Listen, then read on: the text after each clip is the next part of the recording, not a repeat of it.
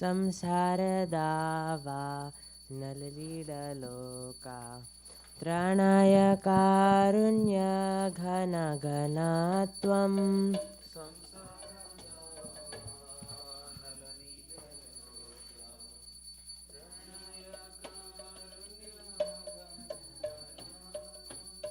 प्राप्तस्य कल्याणगुणार्णवस्य वन्दे गुरो श्रीचरणरविन्दम्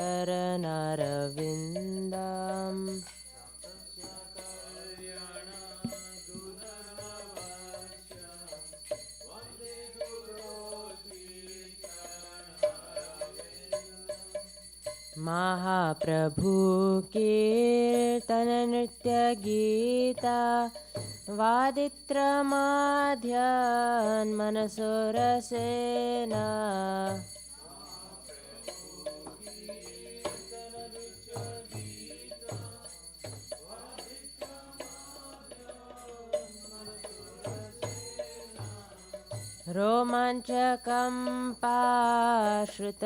रोमाञ्चकम्पाश्रुतरङ्गबाजो वन्दे गुरो श्रीचरणरविन्दम्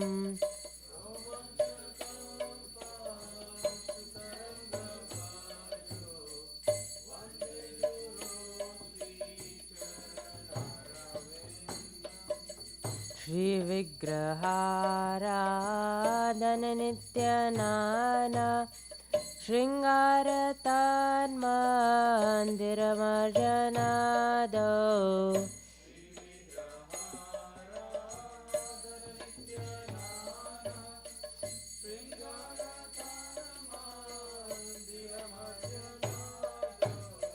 युक्तस्य भक्तांश्च नियुञ्जतोऽपि वन्दे गुरो श्रीचरणरविन्दम्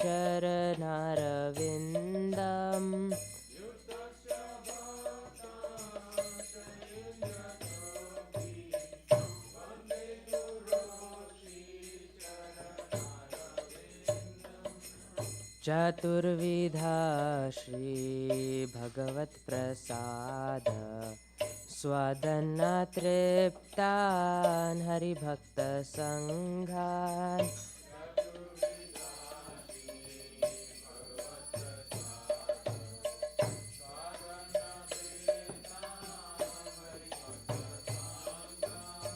कृत्वैव तृप्तिं भजत सदैव वन्दे गुरो श्रीचरणरविन्दम्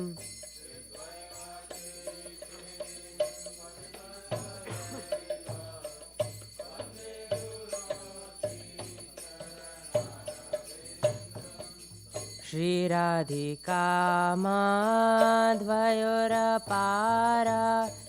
माधुर्यलीला गुणरूपनाम्नाम्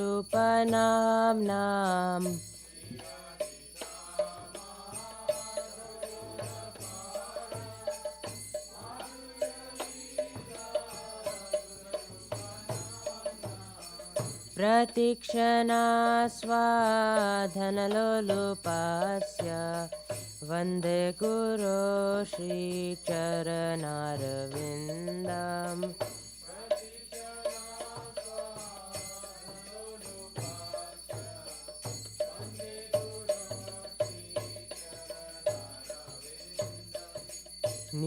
निकुञ्जयोनो रतिकेलिसीदय यायलेभिर्युक्तिरपेक्षणीया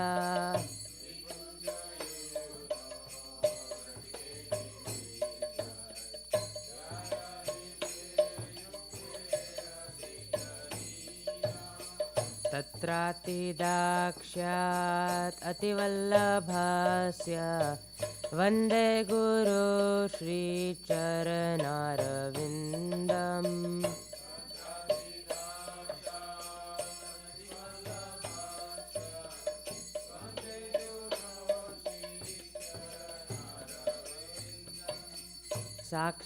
साक्षाद्धरित्वेन समस्तशास्त्रे उक्तस्तथा भाव्यत एव शाद्भिः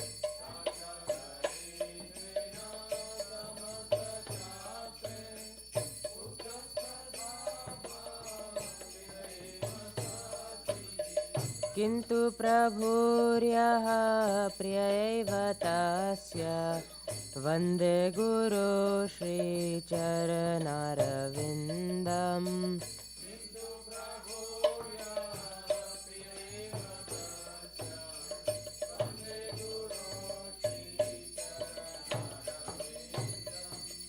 यस्य प्रसादाद् भगवत्प्रसादो यस्य प्रसादात् न गति कुतोऽपि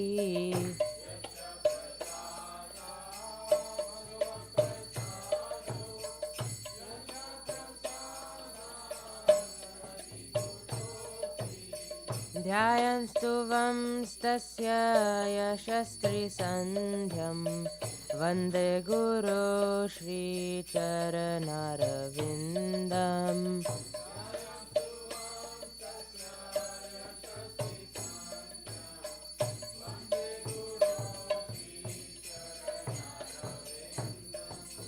वन्दे गुरो श्रीचरणारविन्दम् वन्दे गुरो श्रीचरणारविन्दम्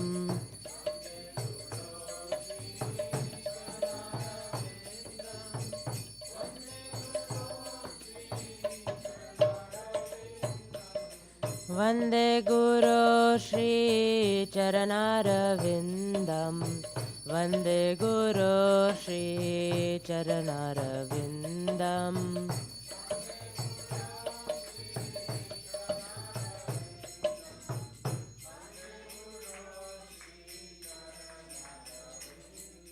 नमो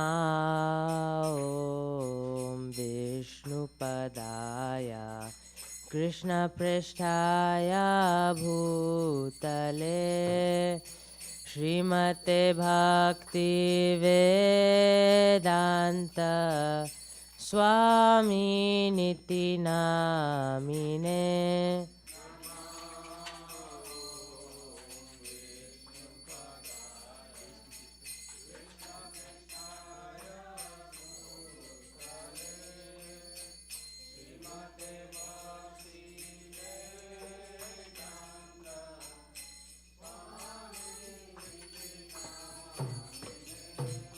नमस्ते सरस्वते देवे गौरवाणी प्रचारिणे निर्विशेष शून्यवादी पाश्चात्यादेशतारिणे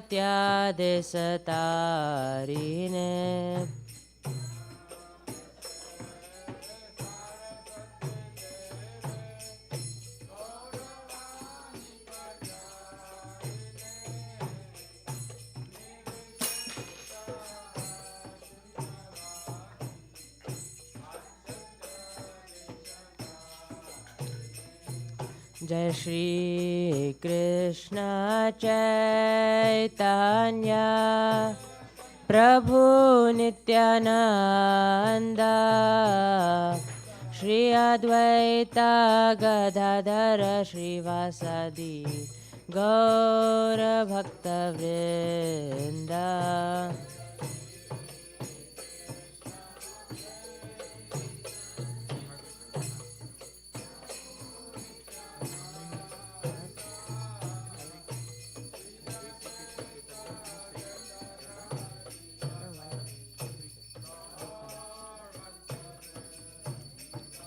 जय श्री कृष्ण चैतन्य प्रभु नित्यानंद श्री अद्वैत गदाधर श्रीवासादि गौर भक्तवृंद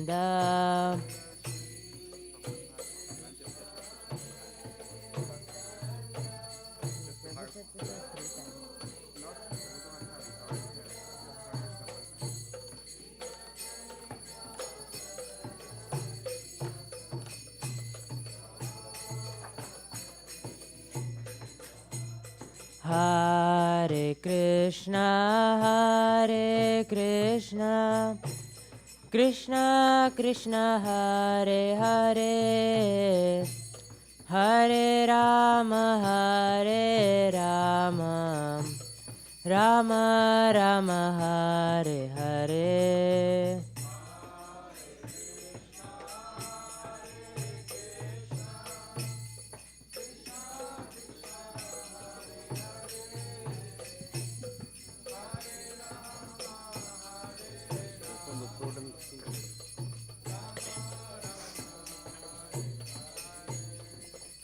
Vraje prasidam navanita choram Gopangananam chadukula choram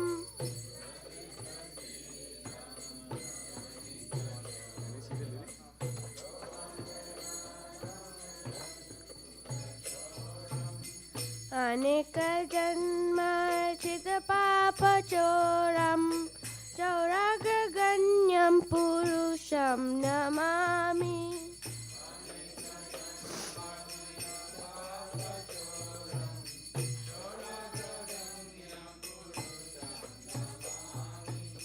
Shri Radhikaya hridayasya choram Navambudasya malakanti choram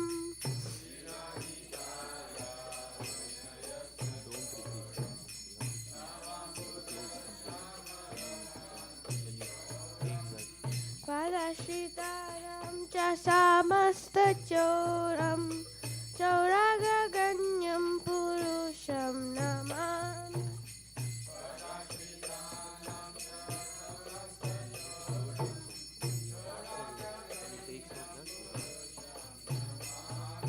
Akinchani kritya padashitamya Karoti bhaksham pati gehahinam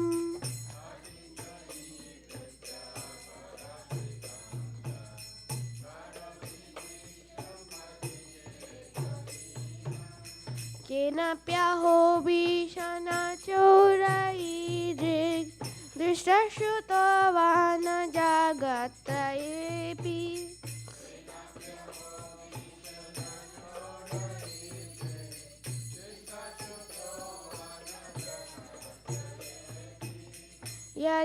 Yadiyanama piharatya shesham Giri prasarana pipaparashi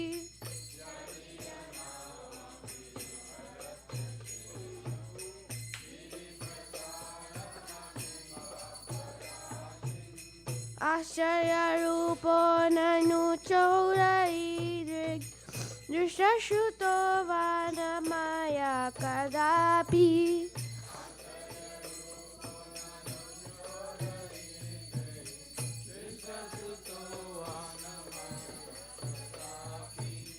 Danam cha manam cha tatendriyani Pranam cha hitva mama sarvameva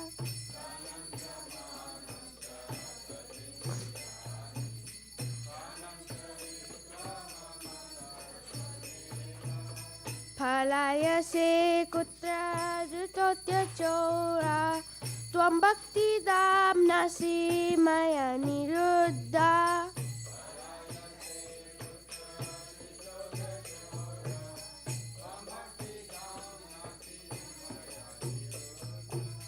Chinatsi goram yamapasha bandam Pinatsi bhimam bhavapasha bandam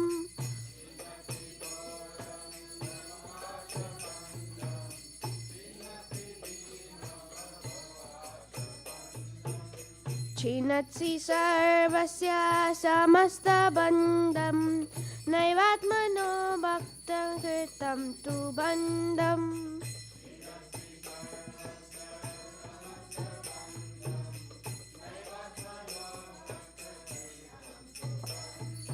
Manmanase tamasarashi gore Karagrahe dukkha maye nibadda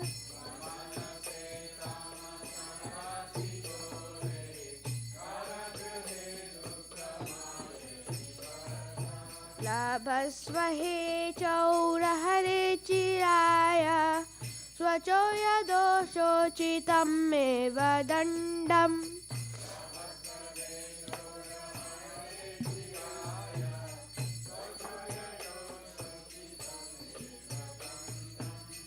कारागृहे वस सदा हृदये मदीये मद्भक्तपाशदृढबन्धन निश्चलासन् त्वां कृष्ण हे प्रलयकोटिशतान्तरेऽपि सर्वस्वचौरहृदयां न हि मोचयामि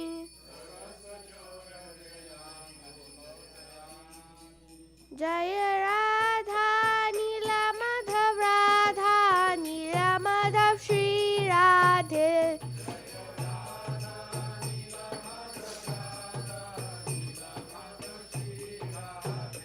जय जगन्नाथ जय बलदेवा जय सुभद्रा जय सुदर्शन चक्र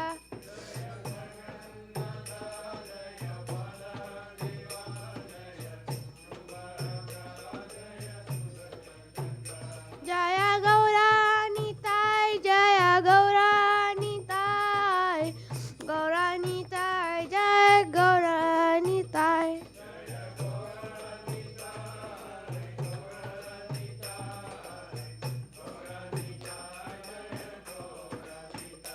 जय सीताराम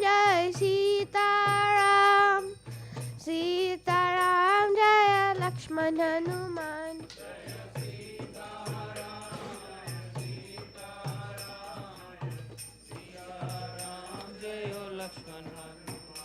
जय प्रभुपदा श्रील प्रभुपदा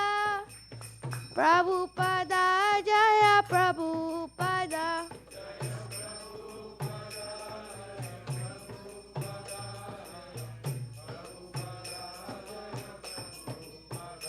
जय गुरुदेवा गुरुदेवा जय गुरुदेवा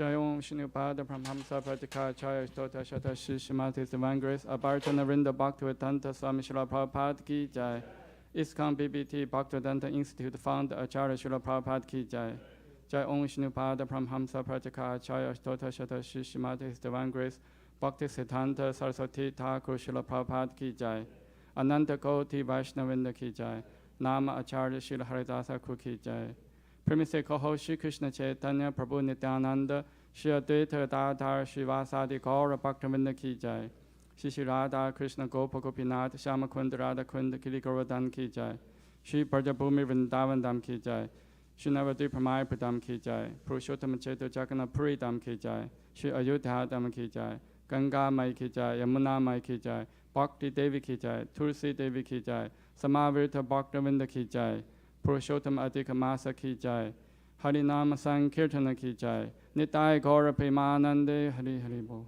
All glory to assembled devotees, all glory to assembled devotees, all glory to assembled devotees, all glory to Shri Guru and Gauranga, all glory to Srila Prabhupada Ki Jai.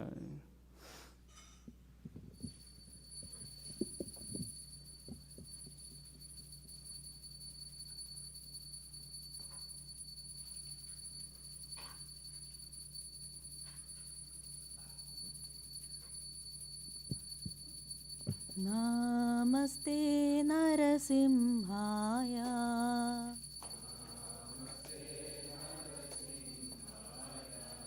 Praladadayine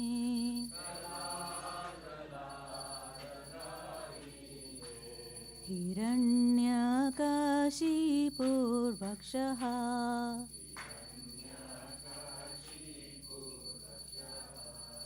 Shilatanka nakalahe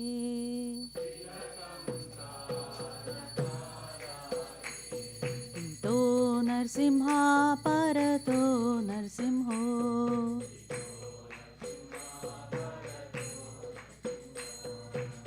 यतो यतो यामि ततो नरसिंह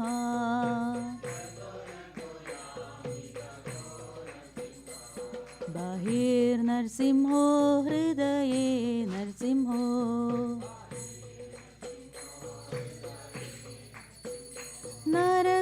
नरसिंहमदिं शरणं प्रपद्ये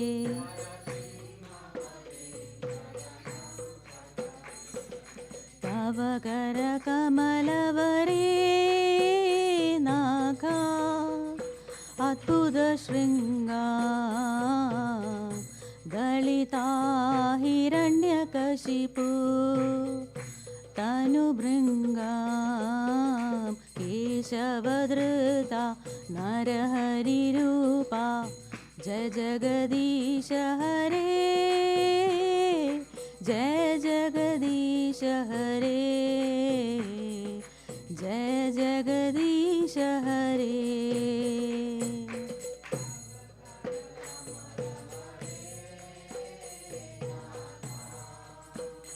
अद्भुतशृङ्गा दलिता हिरण्यकशिपु तनुभृङ्गा केशवधृता नरहरिरूपा जय जगदीश हरे जय जगदीश हरे जय जगदीश हरे जय नरसिंहदेव जय नरसिंहदेव जय नरसिंहदेव जय नरसिंहदेव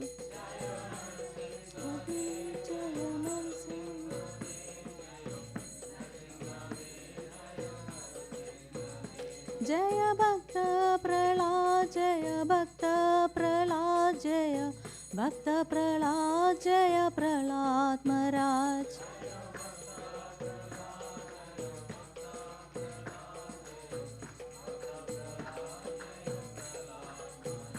निताई बोल हरि बोल हरि बोल हरि बोल निताई गौर हरि बोल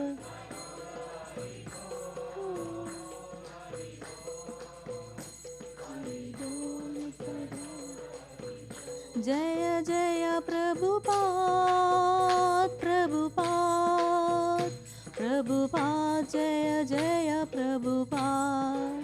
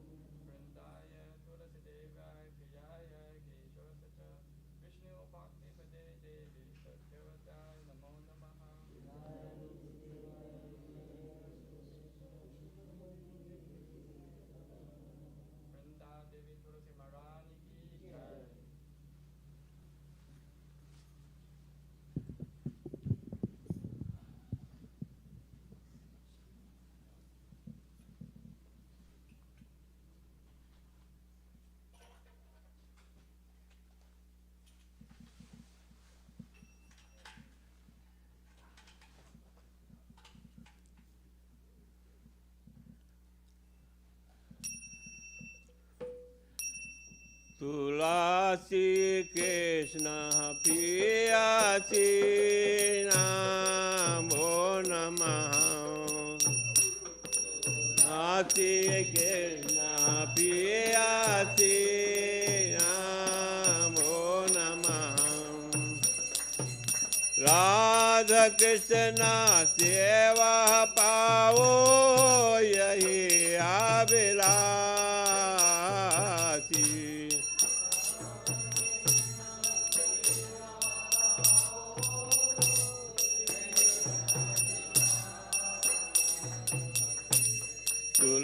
Shri Krishna Priya Shri Namo Namah Shri Krishna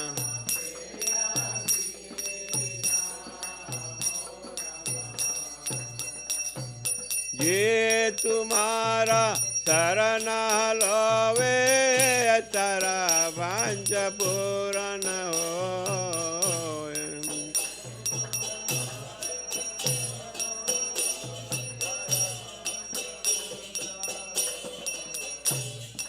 कृपा कोरी करो तारे वृंदावन वासी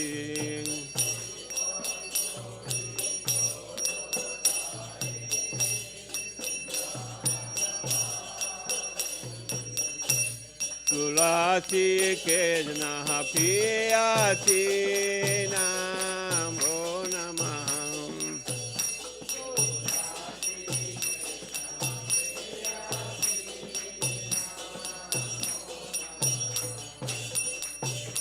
मोर विलास कुंज दियो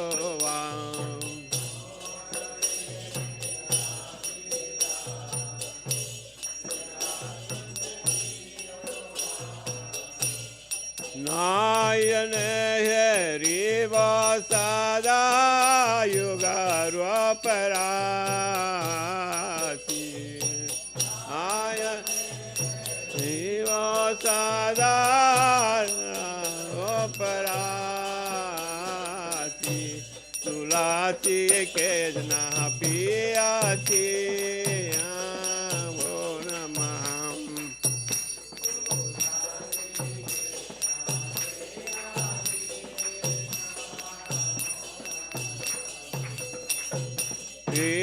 निवेदन धरो सखी अनुगाता करो नाना धरो सखी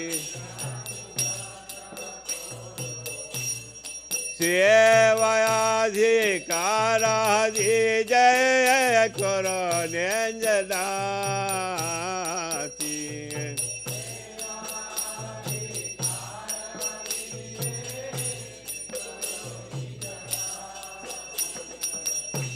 तुलसी कृष्ण पियासी नमो नमः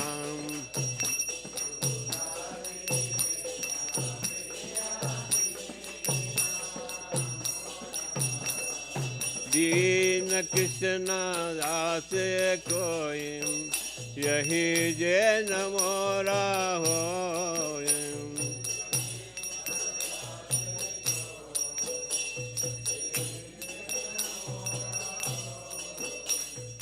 श्री राधा गोविंद प्रेम सदा जनवासी श्री राधा गोविंद प्रेम सदा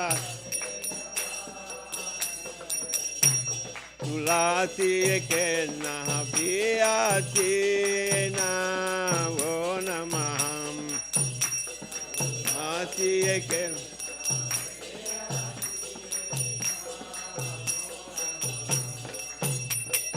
आनि कानि पानी बमाहाच दे कानि चा तानि तानि पदक्षि अन्ते पदक्षि ने पदे पदे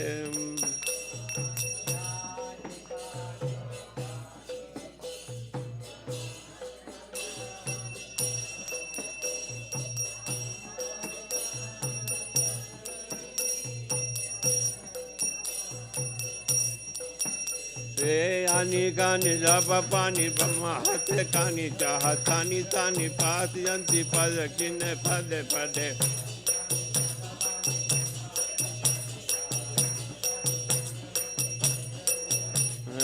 आनी कानी जप पानी ब्रह्मा हाथ कानी चाह तानी तानी पास यंती पद किन्ने पदे पदे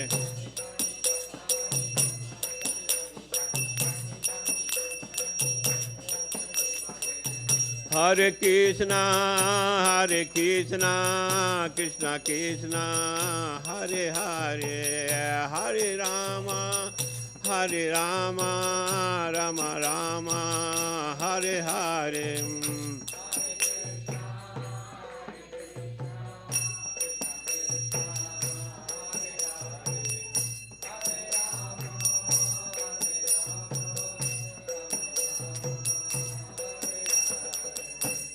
Hare Krishna, Krishna Krishna, Hare Hare, Hare Rama, Rama Rama, Hare Hare.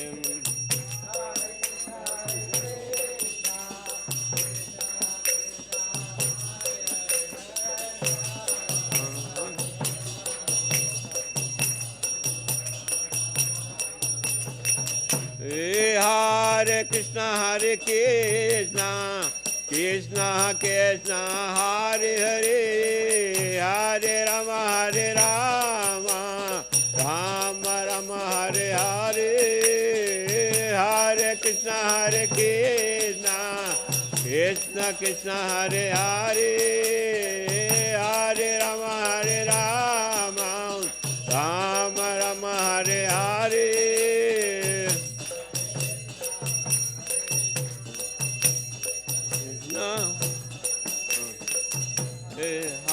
Hare Krishna, Krishna Krishna, Hare Hare, Hare Rama, Rama Rama, Hare Hare.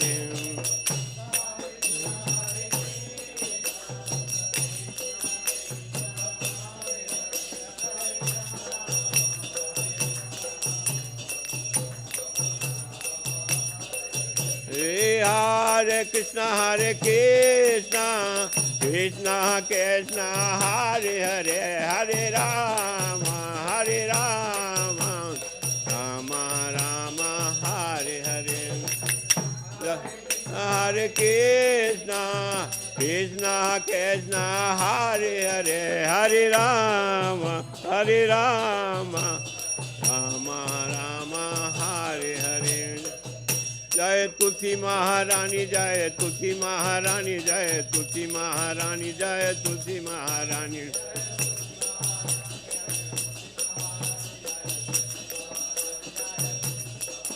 Jaya Binde Devi, Jaya Binde Devi, Jaya Binde Devi, Jaya Binde Devi.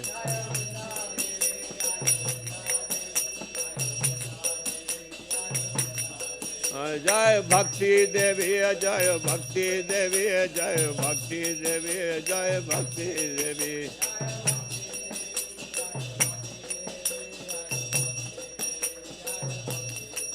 Sai Gora Hari Bol, Hari Bol, Hari Bol, Nitya Gaur Hari Bol, Nitya Gaur Hari Bol, Hari Bol, Nitya Gaur Hari Bol.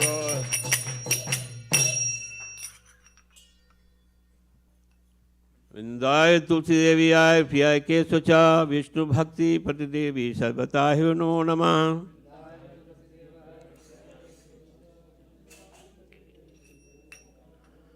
Vindaya Tulsi Devi Ay Piyai Ke Socha Vishnu Bhakti Pati Devi Sarvata Hi Namo Namah.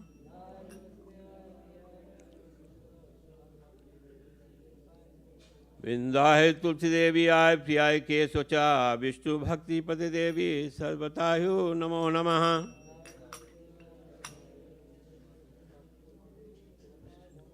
Shrimati Tulsi Devi महारानी बिंदर देवी की जय। गौर भक्त बिंद की गौर परमानंदे।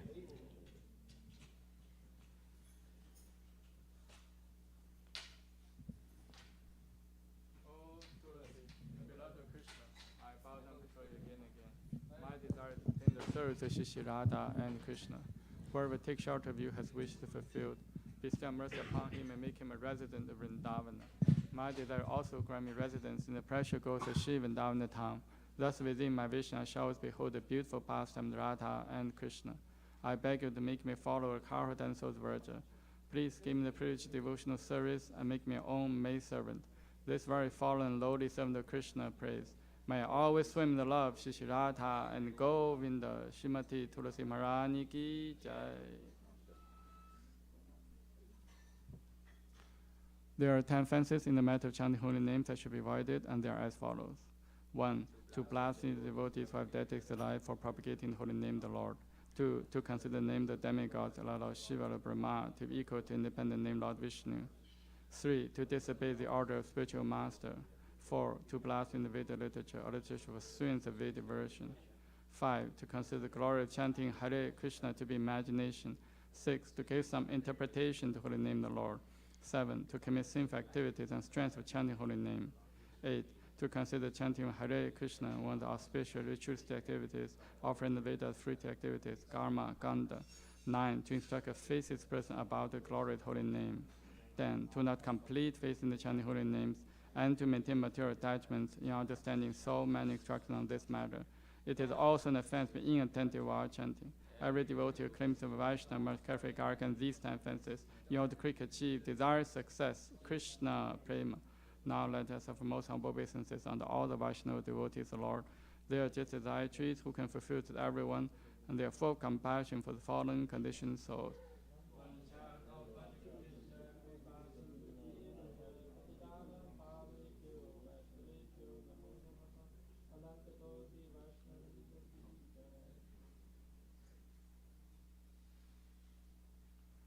Shri Chaitanya Shikshastakam ki jai.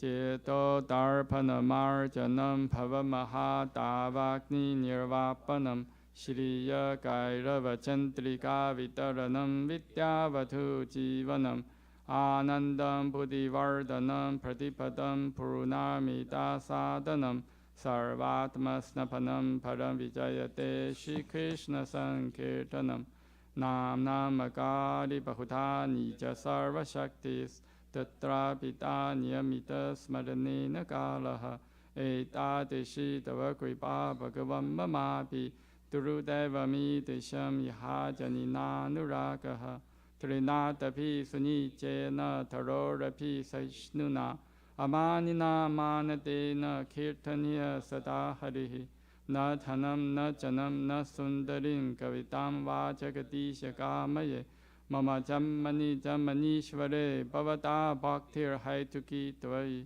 Ayinanda Tanuja Kinkaram Patitam Man Vishame Bhavam Buddha Kripaya Tava Pada Pankaja Sthita Turi Satesha Vichintaya Nayanam Garadashru Taraya Vatanam Kadgada Rudaya Gira Pulakai Nichitam Vapur Kata Tava Nama Karhane Bhavishati Yuga itam nimishena chakshusha pravisha itam shunya itam jagat sarvam govinda virahe name ashirishava padratam pinnastumam adarshanam marmhatam karotuva yatha tatha va vitatatu lampato madprananatha susa eva na paraha Hare Krishna Krishna Krishna Hare Hare Hare Rama, Rama Rama, Hare Hare. Shri Chaitanya Shikshastakam ki jai.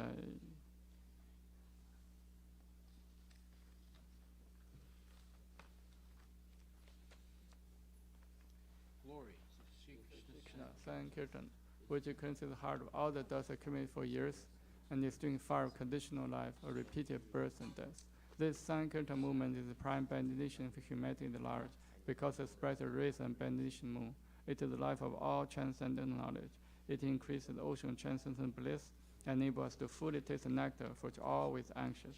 Oh my Lord, your holy name alone grant all benediction to human beings. Thus you have hundreds of millions of names like Krishna and Govinda. In these transcendental names, they are vested all your transcendental energies. They are not even hard and fast rules for chanting these names. Oh my Lord, out of kindness enable us to easily approach by your holy name. But I'm so unfortunate I have no attraction for them. One should chant holy name of the Lord in humble state of mind, thinking oneself Lord than the straw in the street. One should be more taller than the tree, devoid of all sense of false prestige, and should be ready to offer all respect to others.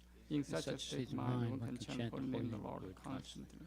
O Almighty Lord, I have no desire to commit wealth, nor do I desire beautiful women, nor do I want any number of followers. I only want your causeless devotional service, birth after birth. O Son of Nanda Krishna, I am eternal servitor. yet somehow they fall in the ocean of birth and death. Please pick me up from this ocean of death and place me among the atoms at the lotus feet. O my Lord, while my eyes bedeck with tears of love, flowing constantly when I chant your holy name. While my voice choke up, and with hair my body stand and recitation of your name. O Govind, feeling of separation cause a moment to be like a great millennium. Tears are flowing from my eyes like torrents of rain, and I'm feeling all vacant in the world in your absence. I know no one but Krishna is my Lord, and he shall remain so, even if the hand is roughly by his embrace. What makes me broken-hearted by not being present before him? He is completely free to do anything and everything, for he is my worshipful Lord unconditionally. Shri Chaitanya Siksastakam Ki Jai. Nama Om Krishna Krishna Prasad. Shri Guru Pranama prayers Ki Jai. Om Jnana Timirandasya Jnananjana Shalakaya Chakshum Litam Yena Tasmai Shri Gurave Namaha. Shri Chaitanya Manopishtam Sthapitam Yena Bhutale Swayam Rupa Kadamahyam Dadati Swapadantikam Vandeham Shri Guru Shri Yuta Padakamalam Shri Gurun Vaishnavamscha Shri Rupam Sagrajatam Sahagana Ragnatam Vitam Tam Sajivam Sadhuitam Savadutam Parijana Saitam Krishna Chaitanya Devam Shri Radha Krishna Padam Sahagana Lalita Shri Vishakham Vitamscha Nama Om Vishnu Padaya Krishna Pristhaya Bhutale Srimate Bhakti Vedanta Swami Iti Namini Namaste Saraswate Deve Gauravani Pracharine Nirvishesha Shunyavadi Pacha Dedesha Tarini Nama Om Vishnu Padaya Krishna Pristhaya Bhutale Srimate Bhakti Satanta Saraswati Iti Namini Shri Varshabhanavi Devi Daitaya Kripaptaye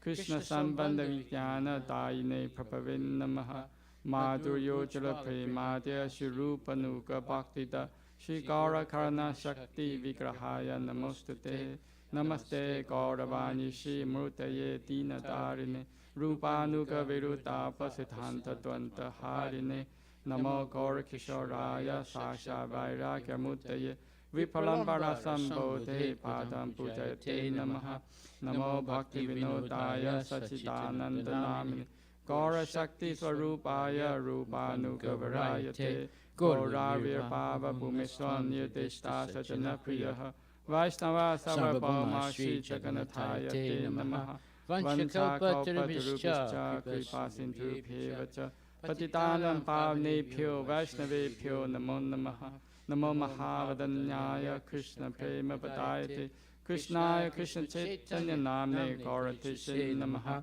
Panchatattvatmakam Krishnam Bhakta Rupa Swarupakam Bhaktavataram Bhaktakham Namami Bhakta Shaktikam Hey Krishna Karuna Sindhu Dinabandho Jagapate Gopisha Gopika Kanta Radha Kanta Namostate Jayatam Surator Pangor Mamamanda Materkati Matsarasva Padambocho Radha Madanamohano Divyad Vindardana Kaupadumadaha Shimadrana Singhasanasto Shimad Radha Shila Govinda Devo Prishtari Bi Sevamano Smarami Shiman Rasarasarambi Vamsivata Tatastita Karsham Vinusaner Gopir Gopinatha Shriyestunaha Tapta Kanchana Gaurangi Radhe Vrindavanishvali Vishabhanu Sute Devi Pranamami Hari Priye Jai Shri Krishna Chaitanya Prabhu Nityananda Shri Advaita Gadadhar Shivasadi Gaura Bhaktivinoda Hare Krishna Hare Krishna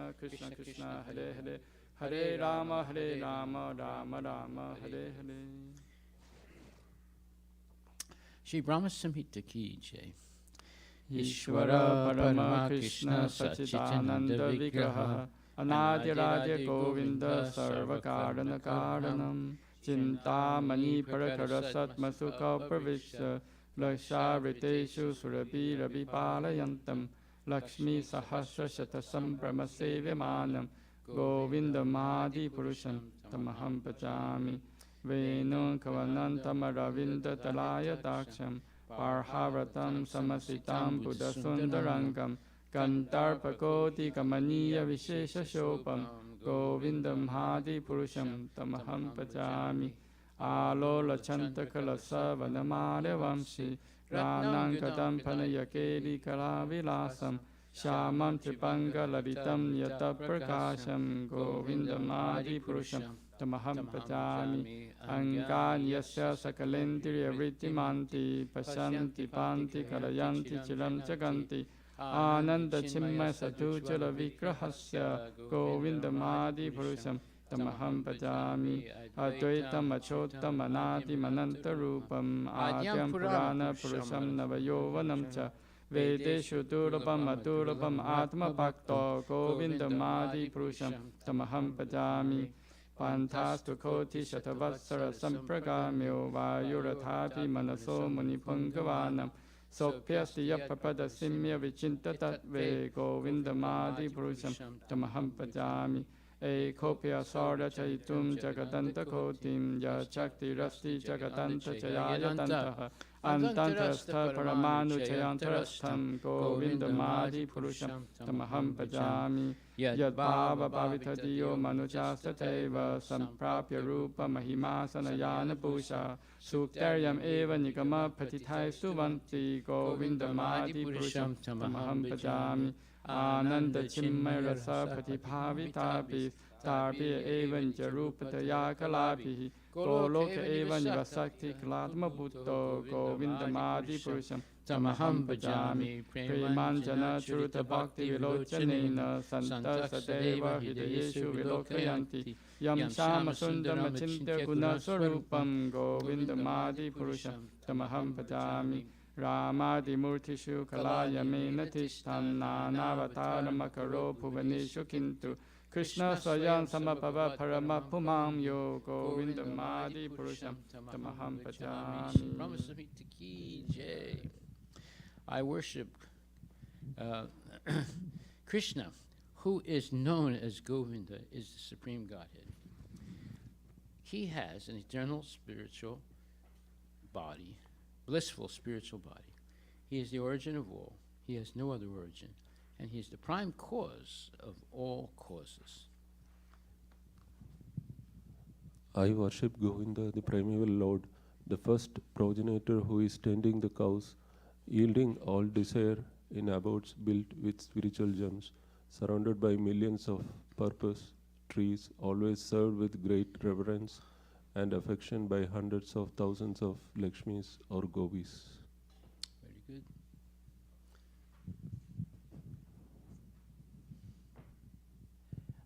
I worship Govinda, the primeval Lord, who is adept in playing on his flute with blooming eyes like lotus petals, with head decked with peacock's feather, with the figures of beauty tinged with the hue of blue clouds, and his unique loveliness charming millions of cupids. Very good.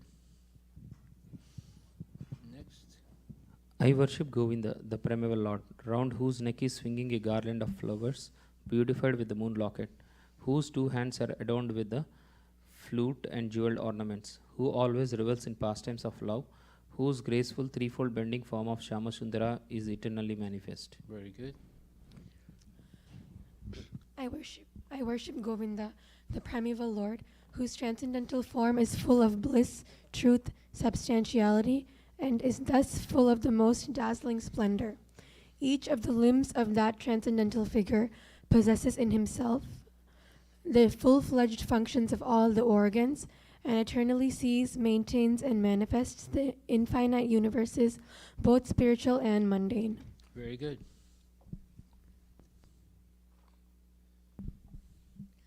I worship Govinda, the primeval Lord, who is inaccessible to the Vedas, but obtainable by pure unalloyed devotion of the soul, who is without a second, who is not subject to decay, is without a beginning, whose form is endless, who is the beginning and the eternal pursuer. Purusha. Purusha. Yet he is a person possessing the beauty of blooming youth. Thank you. I worship Govinda, the primeval Lord, Only the tip of the toe of whose lotus feet is approached by the yogis who aspire after the transcendental and betake themselves to pranayama by drilling the respiration, or by the jnanis who try to figure out the non-differentiated Brahman by the process of elimination of the mundane extending over thousands of millions of years. Thank you. What, Anastasia? He is an undifferentiated entity, as there is no distinction between potency and the possessor thereof. In his work of creation of millions of worlds, his potency remains inseparable. All the universe exists in him, and he is present in his fullness in every one of atoms that are scattered throughout the universe at one and at the same time. Such is the primeval Lord whom I adore. I adore the same Govinda, the primeval Lord, in whose praise men who are imbued with devotion sing the mantra suktas told by the Vedas, by gaining their appropriate beauty, greatness, thrones, conveyances, and ornaments. Anybody? I worship Govinda, the primeval Lord, residing in his own realm Goloka, with Radha resembling his own spiritual figure, the embodiment of the ecstatic potency possessed of the 64 artistic activities, in the company of her confidants, Sakhis, embodiments of the extensions of her bodily form, permeated and vitalized by his ever blissful spiritual rasa.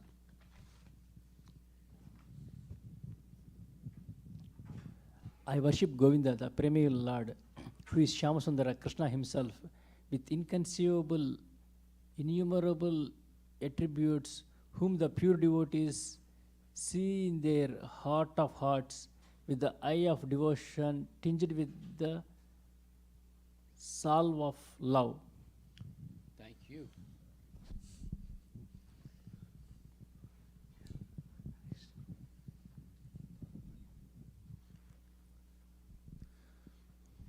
I worship Govinda, the primeval Lord, who manifested himself personally as Krishna and the different avatars in the world in the forms of Rama, Nrsimha, Vamana, etc., as his subjective portions. Thank you. Let's see, before that, we're going to do the glorification of Srimad Bhagavatam. Srimad Bhagavatam 1.1.1. Om Namo Bhagavate Vasudevaya.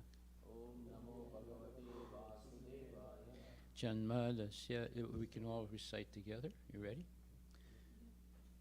Janmadasya yato nivayad itaratas chartesu avigyaswarat tene brahma hidaya adhikavaye bhuyanti atsurayaha tejo vari medam yata vinimayo yatra trisargo misha damna srena sada nirasta kohakam satyam param dhimahi. Who would like to read? Go ahead, Prabhu. You do. O my Lord Sri Krishna, son of Vasudeva, O all-pervading personality of Godhead, I offer my respectful obeisances unto you. I meditate upon Lord Sri Krishna because he is the absolute truth and the primeval cause of all causes of the creation, sustenance and destruction of the manifested universes. He is directly and indirectly conscious of all manifestations, and he is independent because there is no other cause beyond him. It is he only who first imparted the Vedic knowledge unto the heart of Brahmaji, the original living being. By him, even the great sages and the demigods are placed into the illusion, as one is bewildered by the illusory representations of water seen in fire or land seen on water. Only because of him do the material universes, temporarily manifested by the reactions of the three modes of nature, appear factual, although they are unreal. I therefore meditate upon him, Lord Sri Krishna, who is eternally existence in the transcendental abode, which is forever free from the illusory representations of the material world. I meditate upon him, for he is the absolute truth. Very good, thank you. Srimad Bhagavatam 1.1.2, we can recite together. Dharma prochita kaichavo cha nirmatsaranam satam Vedyam vastavam atravastu shivanam tapotrayon mulanam Shrimad Bhagavate Mahamuni Krite Kim Vaparir Ishvaraha Sadyo Hridaya Burudyate Chakriti Bihisusubhistakshanat. Anybody? Go ahead. Completely rejecting all religious activities which are materially motivated, this Bhagavata Purana propounds the highest truth, which is understandable by those devotees who are fully pure in heart. The highest truth is reality distinguished from illusion for the welfare of all. Such truth uproots the threefold miseries. This beautiful Bhagavatam, compiled by the great sage Vyasadeva in his maturity, is sufficient in itself for God realization. What is need of any other scripture? As soon as one attentively and submissively hears the message of Bhagavatam, by this culture of knowledge, the Supreme Lord is established within his heart. Thank you. Srimad Bhagavatam 1.1.3. We can recite together. Nigama kalpataror galitam phalam sukhamukad amritam dravya samyatam pibata bhagavatam rasam alayam mur aho rasika bhuvi bhavaka. Translation. O expert and thoughtful man, relish Srimad Bhagavatam, the mature fruit of desired tree of Vedic literatures. It emanated from the lips of Sri Sukdev Goswami. Therefore, this fruit has become even more tasteful, although its nectarian juice was already relishable for all, including liberated souls. Very good. So now we'll recite the Shri Churastakam English translation. I offer my respectful obeisances to that foremost of thieves, who is famous in Vraja or Vrindavan as the butter thief, and he who steals the gopis' clothes, and who, for those who take shelter of him, steals the sins which have accrued over many lifetimes. Hari Bol. Next.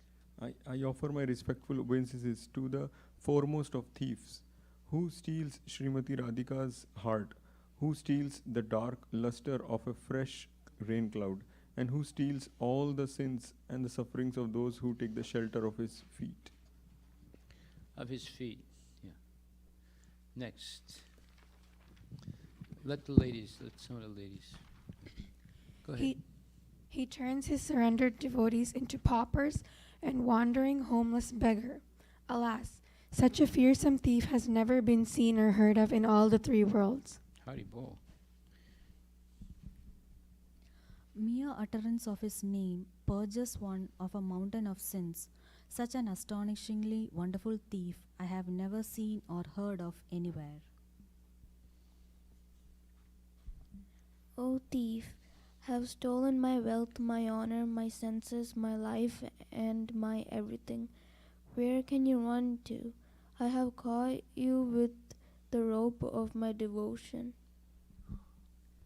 You cut the terrible nose of Yamraj. You sever the dreadful nose of material existence, and you slash everyone's material bondage. But you are unable to cut the knot fastened by your own loving devotees. Okay, gentlemen.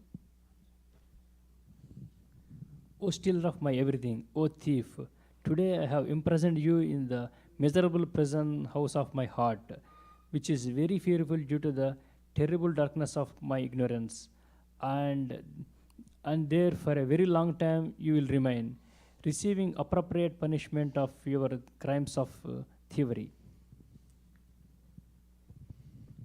O Krishna, thief of my everything, the noose of my devotion remaining forever tight, you will continue reside in the prison house of my heart, because I will not release you for millions of aeons. Hari Bol, Hari Bol, Hari Bol, Hari Bol. Okay, so now we're going to read the Srimad Bhagavatam, Canto 3, Chapter 14, and verse number 19, correct? Yes? Yam Yam ahur atmano hi ardam Shreyas kamasya manini Yasyam swa dhruram adyasya Pumams charati vi jivara Yam, the wife. The wife who? Ahu is said. Atmana, of the body. He, thus. Ardham, have. Shreya, welfare. Kamasya, of all desires. Manini, a respectful one. Yasyam, in whom. Swaduram, all responsibilities. Adyasya, entrusting. Pumam, a man. Charity, moves. Vijwara, without anxiety. Translation by His Divine Grace, A.C. Bhaktivedanta Swami Prabhupada. O respectful one, a wife is so helpful that she is called the better half of a man's body because of her sharing in all auspicious activities. A man can move without anxiety. A man can move without anxiety, entrusting all responsibilities to his wife. Purport by His Divine Grace, A.C. Bhaktivedanta Swami Prabhupada. Who would like to read? Go right ahead. By the Vedic injunction, the wife is accepted as the better half of a man's body because she is supposed to be responsible for discharging half of the duties of the husband. A family man has a responsibility to perform 5 kinds of sacrifices called Pancha Yajna in order to get relief from all kinds of unavoidable sinful reaction incurred in the course of his efforts. When a man becomes qualitatively like the cats and dogs, he forgets his duties in cultivating spiritual values, and thus he accepts his wife as a sense gratificatory agency.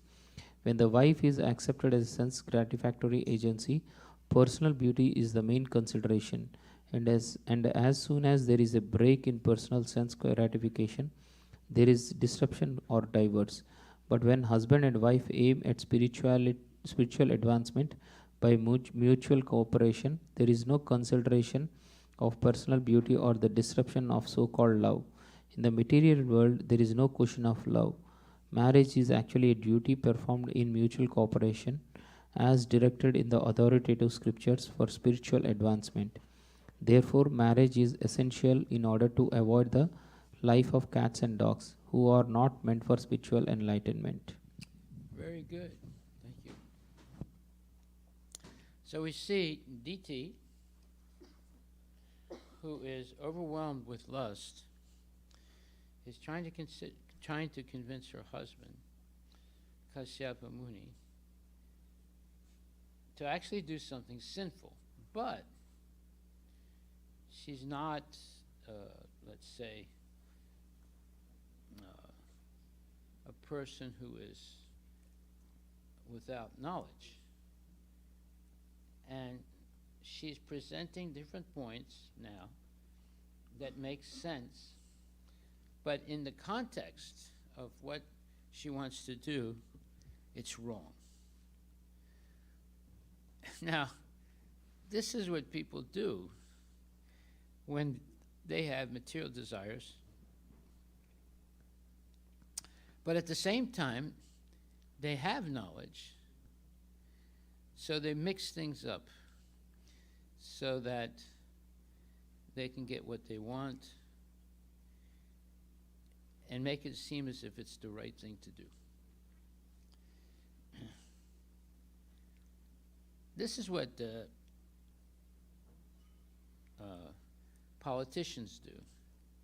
They explain things in ways that seem to be correct, but actually they're wrong. but they're expert at it. They know how to use words and concepts and mix things up. So, first of all, here they're talking about Pancha Yagya, Pancha Yagyas, 5 types of sacrifices that people should perform every day. And why? In order to get relief from all kinds of unavoidable sinful reaction incurred in the course of his affairs. Well, how come we don't do those 5 things every day? Should ask that question. Let's find out what those 5 things are, then we'll discuss. So, one is Brahma Yagya, or Veda Yagya. 2 is, which means homage to Brahman, or the Vedas, or the sages. 2 is Deva Yagya, homage to gods and elementals. 3, Pitri Yagya, homage to ancestors. 4, Bhuta Yagya, homage to beings. And 5, Manusya Yagya, homage to mankind. So it says, the performance of these 5 yagyas is conducive to the spiritual evolution or growth of a man. He gradually learns that he is not a separate entity or isolated creature or isolated unit, but is a part of the great whole. He obtains knowledge by studying the sacred scriptures written by great rishis. He gets help from his friends, relatives, and fellow beings. His parents gave his physical body. His body is nourished by the milk of cows, grains, vegetables, and fruits. The 5 elements help him. He cannot live without oxygen and water. The devas, or demigods, and the pitris bless him. Therefore, he owes a 5-fold debt to nature. He must pay back his debt, by performing these 5 sacrifices daily. Further, numerous insects are killed by him unconsciously during walking, sweeping, grinding, cooking, etc. This sin is removed by performance of these sacrifices. So this Pancha Yagya means that every day we are unwittingly killing living entities simply by breathing, by walking, by cleaning the house, by planting the garden, and so many different ways. We're unwittingly killing living entities. And to make up for that, this Pancha Yagya is recommended. Now the question is, how come the devotees are not, are you performing Pancha Yagya, Prabhu? No. So how come the devotees are not doing the Pancha Yagya? Because this is for people who still have attachment to enjoying the material world. But devotees, they are, by pleasing Krishna and constantly working for devotional service to the Lord, you don't have to do the Pancha Yagyas. You're under the protection of the Lord. So all that killing, like for example, you drive a car, you kill hundreds and thousands of living entities. You walk down the street, you're going to kill some living entities. Like every morning I walk up and down outside here for my sunbath. There's plenty of ants, so I have to be careful. I don't want to kill any ant, right? But there are other smaller living entities than the ants that I might not even see them, you see. So this is going on. Now, we're not allowed to kill anything. Even ants, even microscopic living entities, etc. There are karmic reactions for all of this. But if we're engaged in devotional service, and Krishna says, Konteya pratijanihi nami bhakta punasiti.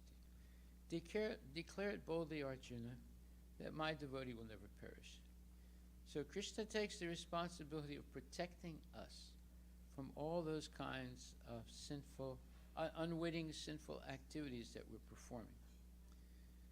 Let's say you're washing the dishes, you're vacuuming the rugs in the house, you're walking down the street, you're planting a garden, you're driving a car, you're killing living entities.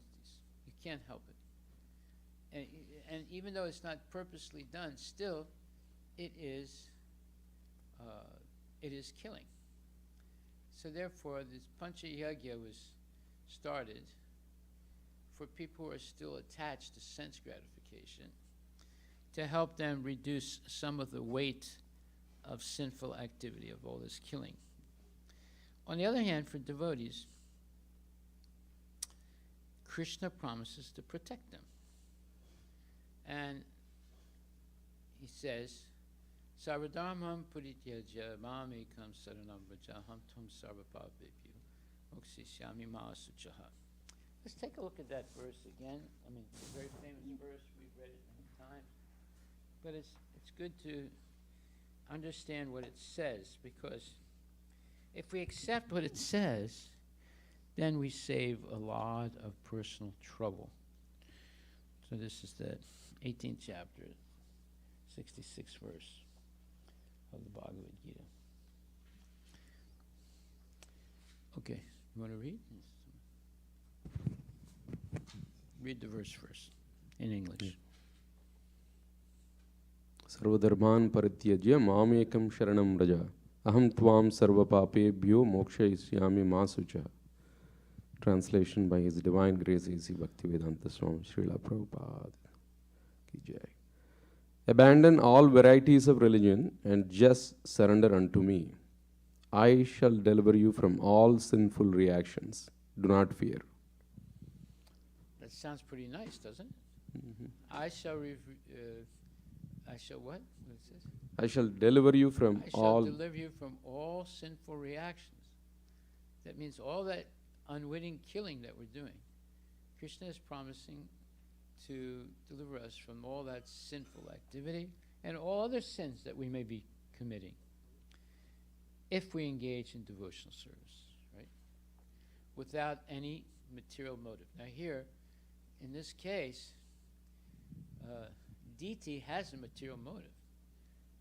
She wants to have copulation with her husband at an inappropriate time and being overwhelmed by lusty desires. But see, even though she has lusty desires, she has the ability to say things that make sense also. Just like this verse today in the purport, she's speaking things that seem to be very, very good. But the purpose behind it is not good. Go ahead. Purport. The Lord has described various kinds of knowledge and processes of religion: knowledge of the Supreme Brahman, knowledge of the Super Soul, knowledge of different types of orders and statuses of social life, knowledge of the renounced order of life, knowledge of non-attachment, sense and mind control, meditation, etc. He has described in so many ways different types of religion. Now, in summarizing Bhagavad Gita, the Lord says that Arjuna should give up all the processes that have been explained to him. He should simply surrender to Krishna. So all those processes, that includes the Pancha Yagyas. That surrender will save him from all kinds of sinful reactions, for the Lord personally promises to protect him. Now, what can be better than that? The Lord promises to protect him. So, who do you want? You want to get protection from somebody like the police or a neighbor, or you want to get Krishna's protection? Krishna's protection is 100% guaranteed. Go ahead. In the 7th chapter, it was said that only one who has become free from all sinful reactions can take to the worship of Lord Krishna. Thus, one may think that unless he is free from all sinful reactions, he cannot take to the surrendering process. To such doubts, it is here said that even if one is not free from all sinful reactions, simply by the process of surrendering to Sri Krishna, he is automatically freed. There is no need of strenuous effort to free oneself from sinful reactions. One should unhesitatingly accept Krishna as the supreme savior of all living entities. With faith and love, one should surrender unto him. The process of surrender to Krishna is described in Haribhakta Vilasa. Anukulyasya sankalpa pratikulyasya varjanam rakshadisyasi visvaso goptirtve varanam tadha atmanikshepa karpanye sadvida sharanagatihi. Sharanagati means surrender to the Lord. So these are the 6 aspects of surrendering to the Lord. Now, what is this verse about? It's all about if you surrender to the Lord, then he guarantees that he's going to protect you. So, even if you're not perfect, and no one is perfect, it takes time to get rid of, let's say, attraction to the material nature, because we've been in the material nature for so many lifetimes. But it's possible if we practice sincerely devotional service. Then we can become completely free, not only of all sins, but the attraction. So see, this is the difference between Krishna consciousness and Hinduism. Hinduism recommends Panchayagya. There's 5 types of ceremonies that husband or wife should perform every day to free themselves from all this unwitting killing. But and what's the idea though? Then they will not suffer too much because they're acknowledging that they are killing, and they're getting some temporary relief. That does not purify someone from the desire for sense gratification. That simply gives temporary relief. It's just like you can compare that in one sense to confession in the Catholic Church. You get into this little box, and there's like a little window, and on one side is the priest, and the other side is the person who wants to acknowledge the sins that they have created and ask for forgiveness.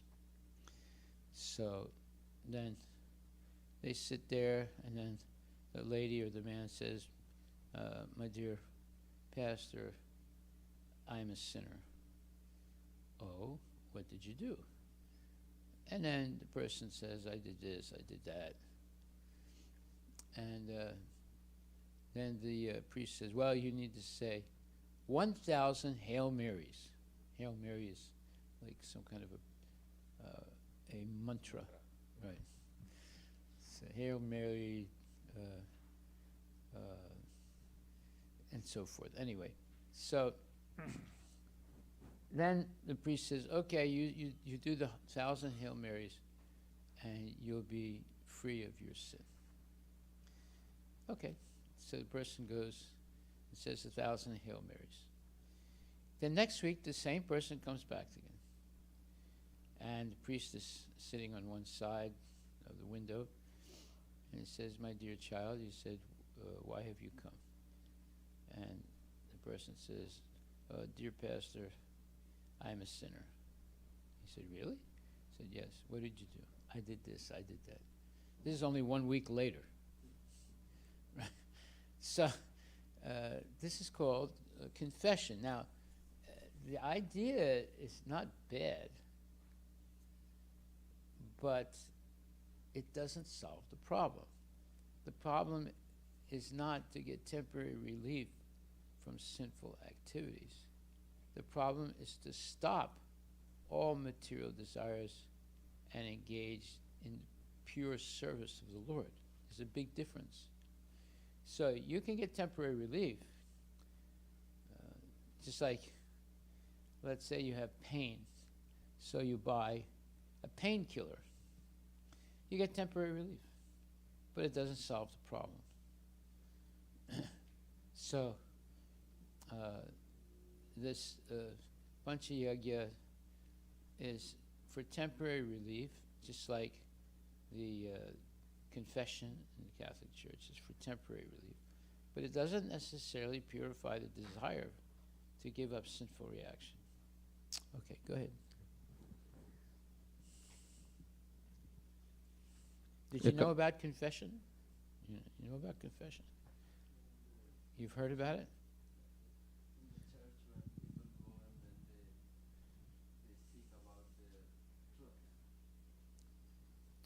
Well, no, they speak about their nonsense.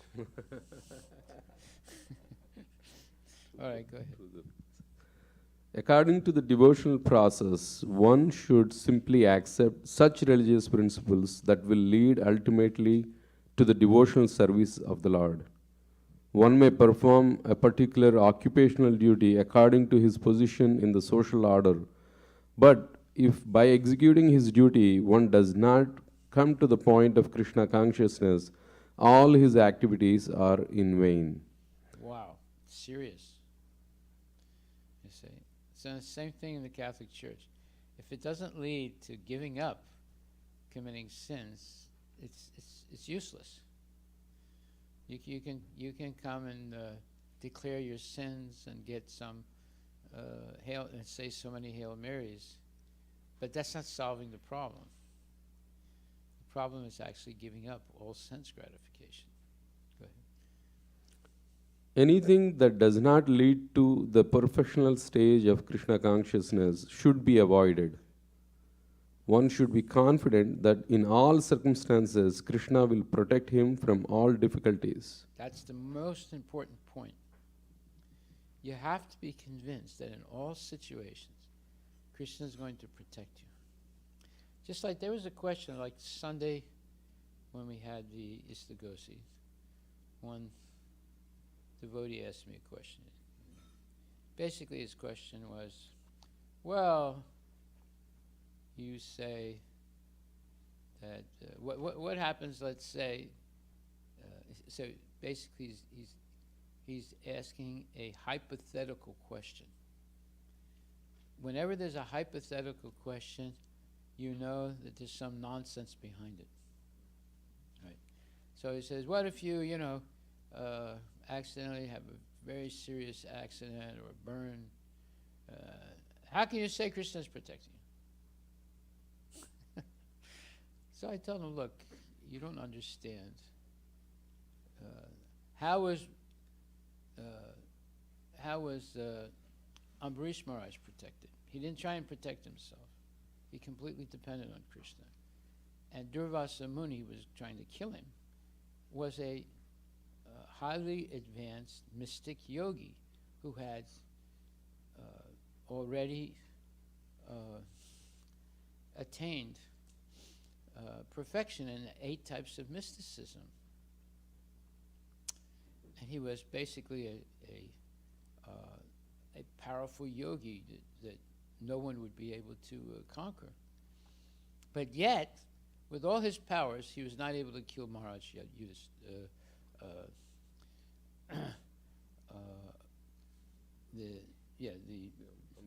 Ambarish Maharaj. Why? Because Ambarish Maharaj was being protected by Krishna. I said, don't you read these things? Do you believe it or you don't? It sounds like you don't believe it. I said, you have to believe it. How about Prahlad Maharaj? His father is trying to kill him. His father is the most powerful person in the whole universe. And because Krishna is protecting him, he can't kill him. You know. So how about Arjuna and the Pandavas? They were destined to be killed in the Battle of Kurukshetra. but yet because Krishna was protecting them, they were not killed. So I said, are you reading the Shastra or not? Do you believe it or you don't believe it? If you don't believe it and you come up with hypothetical questions, what, how about if, let's say you walk down the street and a car runs over you, how can you say Krishna is protecting you? Well, obviously you don't believe it, but I believe it. And obviously Prahlad Maharaj believed it, and Ambarish Maharaj believed it, and the Pandavas believed it, Draupadi believed it, and they were all protected by the Lord. So who are you going to trust? The hypothetical question man, or the Shastra, the histories such as the Bhagavad Gita and the Srimad Bhagavatam? We have to make that decision in our life. We have to have this faith that, yes, Krishna will protect me as long as I live a clean life, give up sense gratification, but use all my energies to please the senses of Krishna. We don't give up sense gratification completely. We give up selfish sense gratification and work uniquely to please the senses of Krishna. Krishna has senses. He has eyes, ears, nose, tongue, skin. He has a spiritual body, and so forth. So that's what deity worship is. It's training us to worship the Lord's body. But his body is not material. He has a spiritual body. And his desires are not selfish desires. His desires are only to help people go back to Godhead. So you see, the question that he asked, and he got frustrated when I said this, I could see it, right? But this is the bottom line. Do we believe this? Srimad Bhagavatam, or we don't believe it, that's all. It's nothing more than that. And if you believe it, then the Lord protects you. And if you don't believe it, you just come up with hypothetical situations. What if? How about? Let's assume that. All speculation. Right? Let's just believe that Prahlad Maharaj was protected by Krishna. Okay, that ends the question. But if we get into this, what if this and what if that, then nothing ever gets resolved. Okay, go ahead. Yeah, in fact, the next is exactly about that. There is no need of thinking how one should keep the body and soul together. Krishna will see to that. One should always think himself helpless and should consider Krishna the only basis for his progress in life. As soon as Wonderful statements. Go ahead. As soon as one seriously engages himself in devotional service to the Lord in full Krishna consciousness, at once he becomes freed from all contamination of material nature. Amazing statement. Go ahead. There are different processes of religion and purificatory processes by cultivation of knowledge, meditation of mystic yoga system, and so on, etc. But one who surrenders unto Krishna does not have to execute so many methods. That's why we don't do Panchayagya. You see? Do they do Panchayagya? You ever see your parents doing that? Okay. Go ahead. Yeah, You've seen? Yeah. They were doing some yagyas, but I don't know exactly if it's Panchayagya or not. Okay. They were doing a lot of fire sacrifice. So that simple surrender unto Krishna will save him from unnecessarily wasting time. You see, what a beautiful statement. That simple surrender unto Krishna will save him from unnecessarily wasting time. See? Go ahead. One can thus make all progress at once and be freed from all sinful reactions. What a beautiful statement that is. Now, who are we going to believe? The one that said, well, what happens if you're walking down the street and a car runs over you? How can you say Krishna is protecting you? What? That's a complete hypothetical question, right? Did that happen to you? Well, not yet, but can you answer my question? Yeah, I'm answering your question. Your question is nonsense. Yeah, that question comes when we don't see that Krishna is all pervading. He's seeing, he's guaranteeing. Yeah. So what is right for us, he will take care. And even if a misery comes, it's only because we get a token.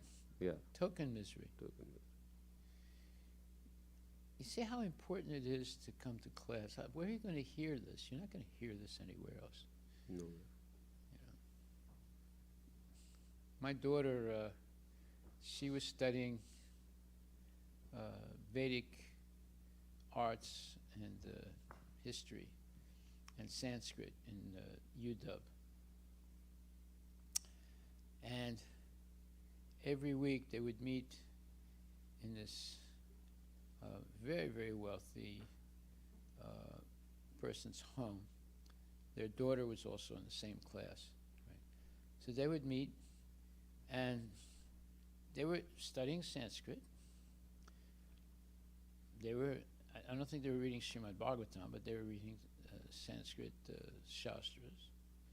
And every week they would meet, and there were maybe 6, 7 young ladies, or men also maybe, and they would go around in a circle like this. Okay, what do you think this verse means?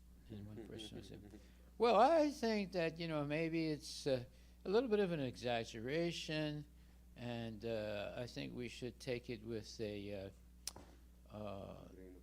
grain of salt, yeah. So they'd go around the circle. Everyone would give their personal opinion. Now, do you think any of those people became devotees? No. My daughter did not become a devotee by being in that circle of speculation. She only became a devotee when she married a devotee. Right? I mean, she knew a lot of things about Krishna consciousness. No doubt about it. She grew up in a Krishna conscious family. But she wasn't really chanting and anything like that. Once she met this devotee who wanted to marry her, and then she started chanting. Now she's a devotee. She didn't become a devotee by having, what do you think this means? Well, I think that maybe it's a little bit of an exaggeration and we should take it with a grain of salt. You're not going to get anywhere like that, right? Go ahead. One should be attracted by the beautiful vision of Krishna. His name is Krishna because he is all attractive. One who becomes attracted by the beautiful, all-powerful, omnipotent vision of Krishna is fortunate. There are different kinds of transcendentalists. Some of them are attached to the impersonal Brahman vision. Some of them are attracted by the super soul feature, etc.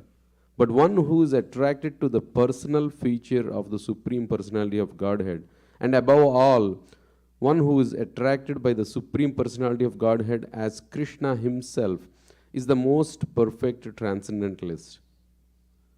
In other words, devotional service to Krishna in full consciousness is the most confidential part of the knowledge, and this is the essence of the whole Bhagavad Gita.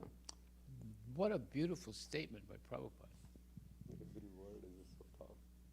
So, if we can't convince ourselves to be engaged in devotional service to the Lord under the tutelage of bona fide Shiksha and Diksha gurus, we're not going to make any spiritual advancement. It looks like, oh yeah, I know this mantra, I know that mantra. I went to Mount Kailash, I did this, I did that. But the solution is not there. The solution was just said that devotional service to Krishna is in full consciousness is the most confidential part of knowledge, and this is the essence of the whole Bhagavad Gita. So, the essence of the whole Bhagavad Gita is complete devotional service to the Lord without any material motive. Now, any material motive, but you have plenty of spiritual motives, you see. Just like I became determined to raise $2.6 million. We're almost there. Now, if you heard me a month and a half ago or 2 months, you'd say, oh, ha, ha, ha. He thinks he's going to get $2.6 million. How's he going to do it? But I didn't know how I was going to do it. I just had faith that if I have pure desire to do it, and it's not for my personal benefit, I'm not going to get any of that money. It's all to open a new temple. It's happening. We're very close. Very, very close now. So when you have pure desire without any personal motive other than to please the Lord, that is what is being said here. In other words, devotional service to Krishna is in full consciousness. Okay, devotional service to Krishna in full consciousness. Full consciousness means it's not that, well, let's consider this hypothetical situation where you walk down the street and a truck runs you over. This is nonsense, right? Let's take the real consideration. You're walking down the street, you're destined to be run over by a truck, but because you're a devotee, Krishna protects you. Let's talk about that possibility. Right? And instead of being run over by the truck, you get a broken leg or something. So you get a token sinful reaction, not the whole thing. Why? Because you're completely under the protection of the Lord. Right? Okay. How do we understand the super soul feature, personal feature? Well, do you believe that Krishna is in your heart? Is he a person in your heart, or is he like a lump of blood? Okay. So, what's your question again? Ask your question again. How do you? So it says the three different kind of transcendentalists. One who attracted by the super soul feature, one who is attracted by the personal feature, and one is by Krishna himself. Okay. So one who's attracted by the super soul feature. And the second one? The personal feature of the Supreme Personality of God. And the third? Attracted by the Supreme Personality of Godhead, Krishna himself. No, the first one is impersonal Brahman, the next one is super soul, third one is the personal feature of Supreme Personality. So if you understand that, you become an advanced devotee. So the Mayavadis, they're attracted to the impersonal feature of the Lord. They say always that the Lord doesn't have a form. So if you go to a Mayavadi temple and you look at the altar, either you don't see anything. Like, the Baha'i temple. You ever go to a Baha'i temple? Right? What did you see in Delhi? You went to the Baha'i temple in Delhi? I did also. What did you see? The Lotus Temple. Yeah. What did you see? Nothing. It has nothing. It was empty. Because they're Mayavadis. and they're worshiping Nirakar, Nirakar, Nirakar. The truth has no body, no form. But how long can you worship something that has no form? Right? It's just like, you marry someone who has no body. So how long can you love that person,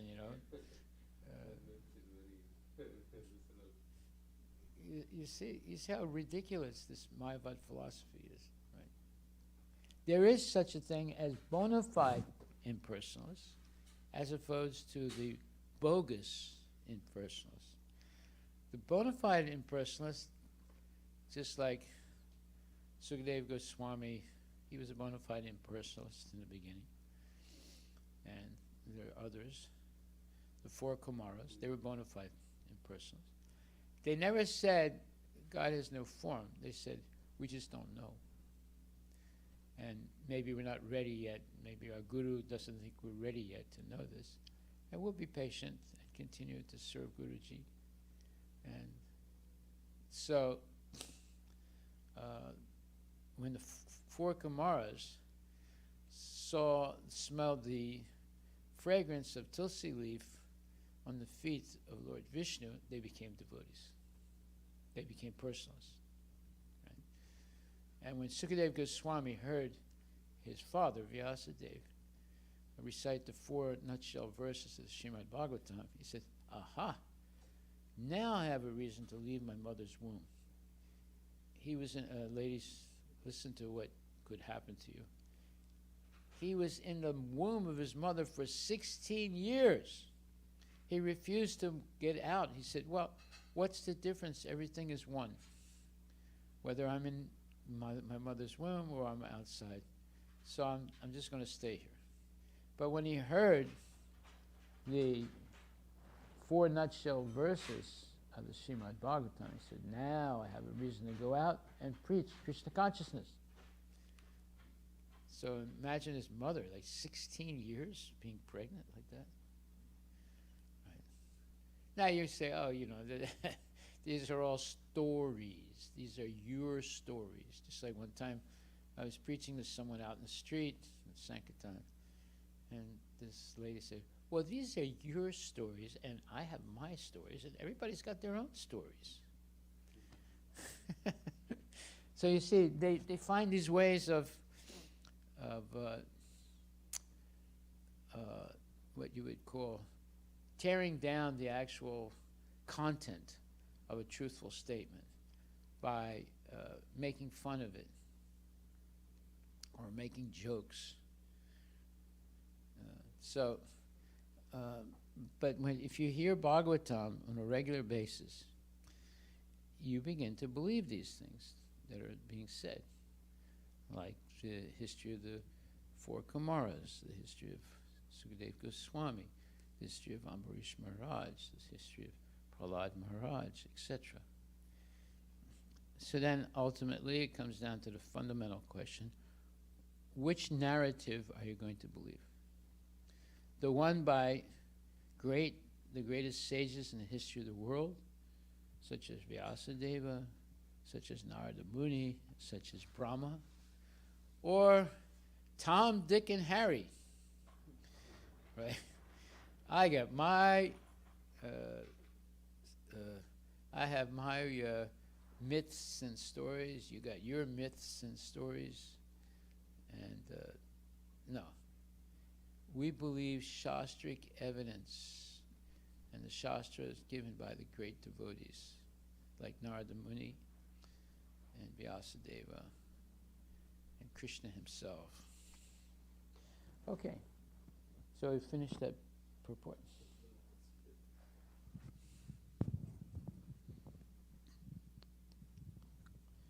Karma yogis, the empiric philosophers, mystics, devotees are all called transcendentalists, but one who is a pure devotee is the best of all. The particular words used here, ma sucha, do not fear, don't hesitate, don't worry, are very significant. One may be perplexed as to how one can give up all kinds of religious forms and simply surrender unto Krishna, but such worry is useless. So, don't fear, don't hesitate, don't worry. Mahasucha. So when the great saint Ramanujacharya, he went to see the deity in, not Srirangam, but Varadaraj. And he was looking at the deity. He walked up to the deity and wrote Ma Sucha on his hand, because the deity is holding his hand like this. Right? So that's a very significant thing that he did. Don't fear, don't hesitate, don't hesitate. Yeah. What does it say? Don't worry. Just chant Hare Krishna and be happy. So that's how easy it's become to become Krishna conscious, to get the protection of the Lord, to go through an entire life under the protection of the Lord. We have to have this faith. We have to have this faith. As long as we're hearing mundane things, politics, sports,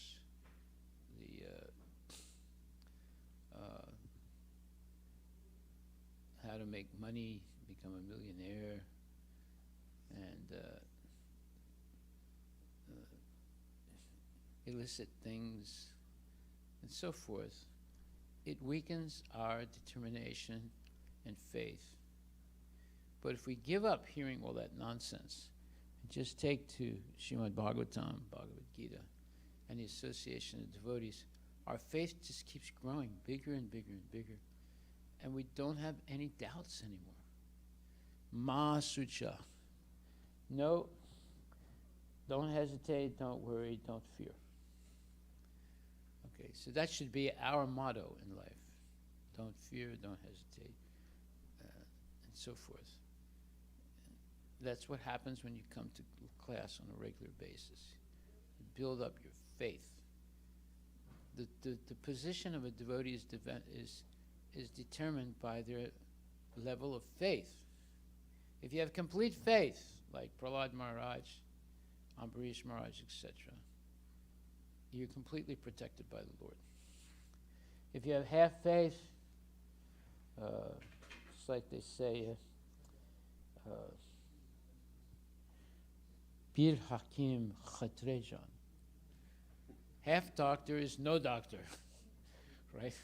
So if you have a half doctor, only knows half of medicine, that's like no doctor. It's better to have a full doctor, right? Okay, so now the purport today was very interesting. You see how Diti is making very strong arguments, just like Arjuna also is making very strong arguments why he should not fight in the Battle of Kurukshetra. Diti is doing the same thing. But her real goal is sense gratification.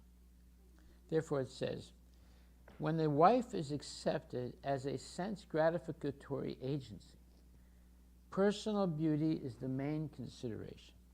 And as soon as there is a break in personal sense gratification, there is disruption or divorce. Now, I remember I had a cousin, and he was a very nice man. He had a nice wife and a nice child. And one day I heard they got a divorce. And I was confused. I was only maybe 12 years old. I didn't even know what divorce was. And then I heard he married somebody else. See? And then I would see his wife, his first wife, in the church, and she was always sad because of the divorce. And then the son, he was also very sad, but he grew up to be very good. But still, he was, what are you going to do? The father walks away, right? So why did he do that? Well, it's explained here. When the wife is accepted as a sense gratificatory agency, personal beauty is the main consideration. And as soon as there is a break in personal sense gratification, there is disruption or divorce.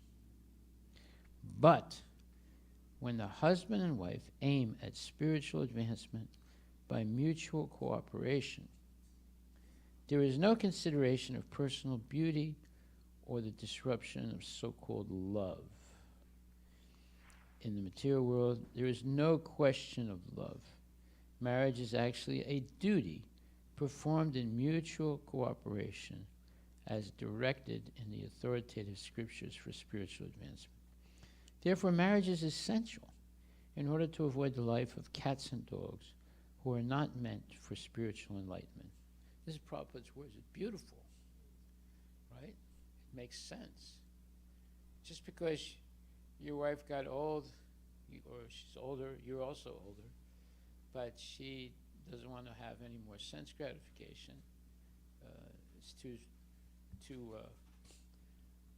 challenging for her, right?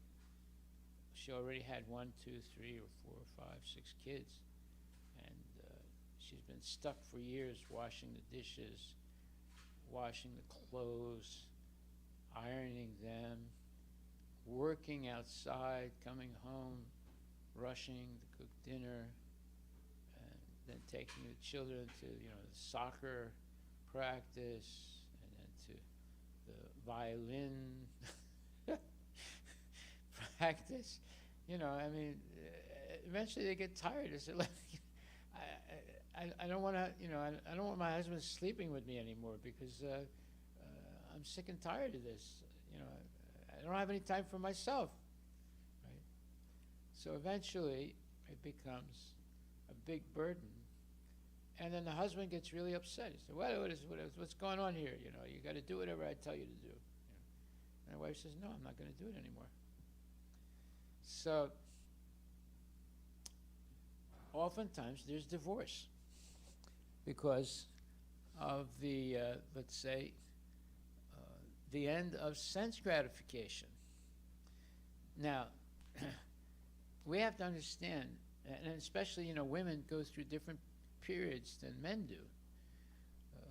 So at a certain point for them, they're no longer attracted to the sense gratification because it means that they'll have to be engaged in so many things, and especially if they're devotees. If they're devotees, they're coming and hearing about give up sense gratification, take up pleasing the senses of Krishna. So the husband hears that, but it doesn't really sink in there. But the wife hears it and says, well, that makes sense. I've been going on for 20 years just taking care of the kids and husband and working and this and that. I'm done. I want to do something different now. I want to, make some spiritual advancement.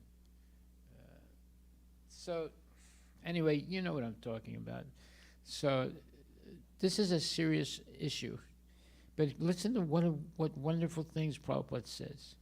But when husband and wife aim at spiritual advancement by mutual cooperation, there is no consideration of personal beauty or the disruption of so-called love. Actually, it's lust. Right? In the material world, there's no question of love. Marriage is actually a duty performed in mutual cooperation as directed in the authoritative scriptures for spiritual advancement. Therefore, marriage is essential in order to avoid the life of cats and dogs who are not meant for spiritual enlightenment. These are beautiful words by Prabhupada. If we believe it, we will make tremendous amount of spiritual advancement. When I say we, the husband and wife, will make tremendous advancement spiritually. Okay, I'll stop right there. Are there any questions?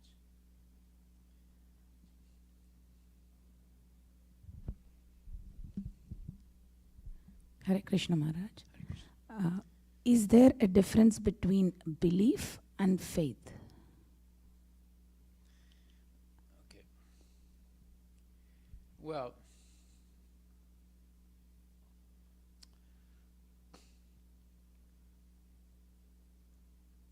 faith always precedes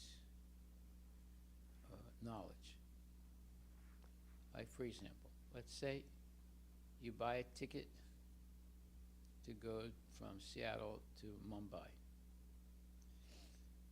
You have faith that that airplane is going to land safely in Mumbai. If you don't have that faith, would you go on that airplane? No. But you don't know if that plane is going to land safely until it actually lands safely. So faith always precedes knowledge. So I have faith that if I follow the regulative principles like Prabhupada says, and give up sense gratification for my personal so-called enjoyment and engage in pleasing the senses of Krishna, then Krishna is going to protect me and everything's going to be all right. Even being in the worst situation, somehow or other the Lord will protect me, just like he protected Draupadi. He protected the Pandavas. He protected Ambarish Maharaj, etc., etc. So that's faith. Do I know that nothing bad is going to happen? There's no such thing as good and bad in Krishna consciousness. Whatever happens, it cannot happen without Krishna permitting it. Not a blade of grass moves without the will of the Lord. So we have to believe that. And if there is a downturn or there's some failure, we should not be discouraged. We should continue in devotional service and become more serious, more dedicated, more active.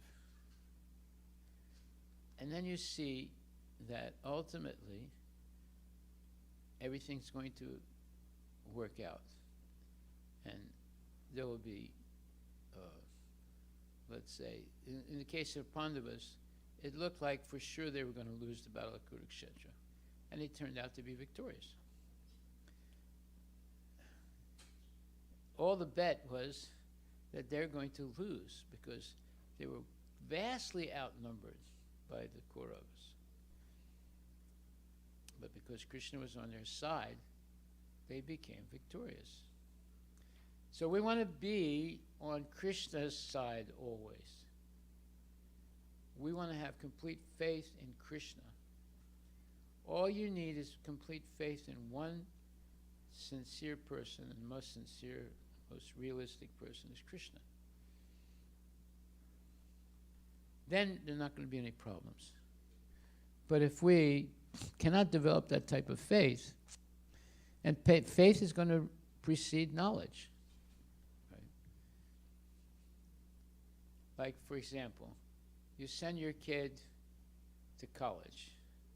It's going to cost you maybe $20, $30, $40, sometimes $60,000, sometimes $100,000 a year, depending which college you send them to. The most worst colleges are the most expensive ones, like Harvard, Stanford. Those are the most expensive colleges. They're the worst, right? So you're going to spend all that money, and then one day the kid comes home and said, "Mom, I'm 22 now. I don't believe in God." And he said, "Oh my God, I spent hundreds of thousands of dollars, and my kid turned out to be an atheist. So what was the use of sending him to that school and spending all that money? It would have been better he becomes a plumber or an electrician and work honestly and have faith in God." You see? You don't have to be a PhD. One time this real estate agent came to me and gave me his card, and it said, Joe Schmo. Well, he didn't say it's Joe Schmo, but it said Joe something, PhD. I was really impressed. He's a real estate agent, he's a PhD. So I asked him, "Hey, Joe," I said, "where'd you get your PhD in?" He started laughing. he said, no, you don't understand. PhD means he said what's that name? He said it's putting the shovel in the ground and taking the earth out. So his PhD meant, I forget the name exactly now, but it was a joke. Huh? Yeah, something like that. Yeah, pole hole digger, right. Exactly right. So that was his PhD. Now, I was, I couldn't stop laughing when he told me that, right? And the whole thing is a joke, right? So this whole PhD thing is actually a joke. I know many people have got PhDs. They're fake PhDs. They got it in schools that, not in Harvard or Stanford. They got in schools where they give it out easily, and you get a PhD. And the rest of their life, they have a PhD. So this is all nonsense. It's all, hodgepodge. So we have to have faith, and when you have faith in Krishna, then he will protect you. Let's just remember that and function on that level, right? So, yeah, faith always precedes knowledge. Okay. Haribol. If you have faith that the stock market is going to go up next week, that's nonsense. If you have faith that if you chant Hare Krishna and you have no material desires other than to please Krishna, that's real. And you're going to be protected and you're going to be very happy. Haribol. So that's a good question. Any other question? Just wanted to, because I was looking up Maharaj, I think she asked the difference between faith and belief.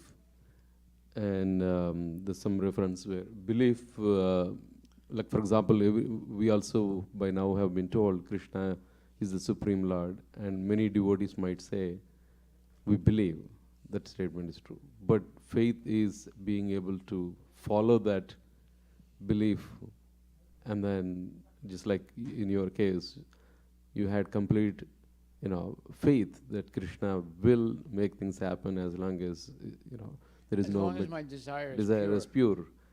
So there is a big difference. I mean, we also might say, like, yeah, we believe Krishna is the Supreme Personality, but we may not have the faith that to put things into action based on that belief. So, or follow that 100% and then trust that Krishna will protect 100%. I think that's the big difference between the belief and well, let's say faith. A month and a half previously, if I told you, Prabhu, we're going to collect $2.6 million to pay off the mortgage, would you believe it? I remember I was in your room and you were making some conversations, and you told that we'll make it happen, Prabhu. And I was like, that was the first day. That was the first day. Yeah, what did you think? Yeah, I mean, I was like 2.6 million in it took for this temple for many years. So I was like, it will take, I mean, at least it's a good effort, but I thought it will take a long time. Yeah, wishful thinking. You have to be determined. You have to have complete faith in Krishna and no material desire, no personal material desire. Now, not everyone can do that. Why? Because it requires knowledge. But the knowledge comes through practical experience. Now, the practical experience is the life of Prabhupada. He comes to the United States with no money, and he starts this gigantic movement in 11 years. There's an example that should inspire us to say, well, look, he came with 70 years old. Usually people who are 70 years old, they're retiring. They're going to go live in, some island like Hawaii, like Maui. Look what happened to Maui. The whole place burned down, right? It's unbelievable. Yeah. And, you know, they're going to live idyllically on an island in Hawaii for the rest of their life. And they have plenty of money in the bank, so they don't have to worry about money. That's, you know, nonsense.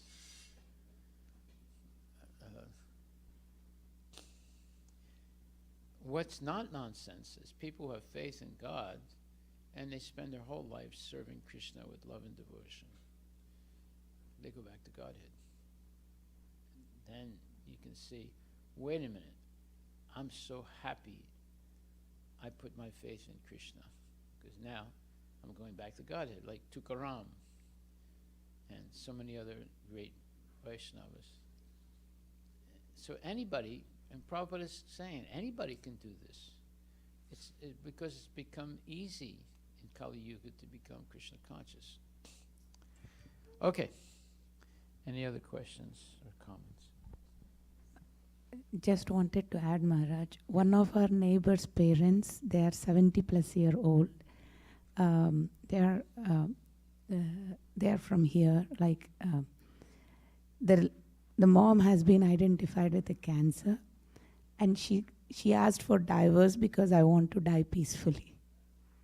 So after she identified with divorce, like she's 70+, she doesn't want to live with the same with the husband, because she has done enough for him, and now it was time for her to, you know, whatever is rest of her life, To take care of herself. she wanted to. When you were saying an example of wife and husband, it just reminded me of that. Well, if the husband's still interested in sense gratification, what good is that for her? That now she has cancer.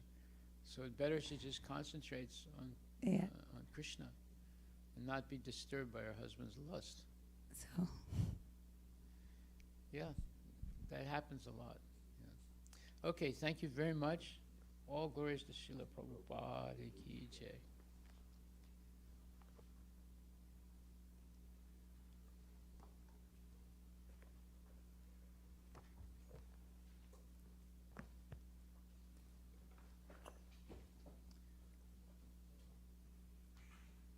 That thing's been broken for like 8 years. Why can't we just get rid of it and get a new one, or fix it?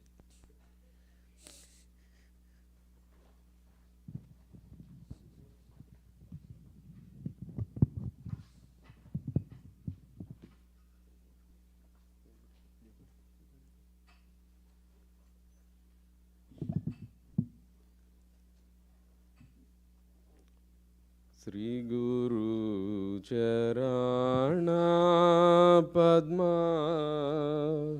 Kevala Bhakati Sadma Shri Guru Charana Padma Kevala Bhakati Swadma Bandhu Moi Savadana Mate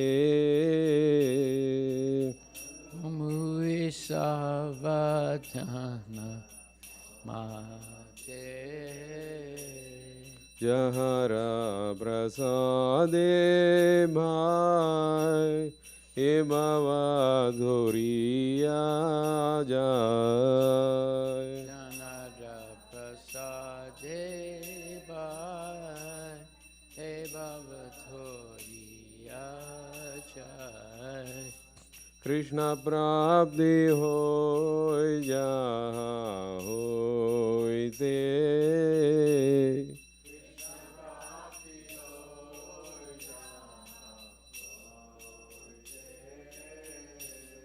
Guru Mukha Padma Vakya Chitte Goriya Kya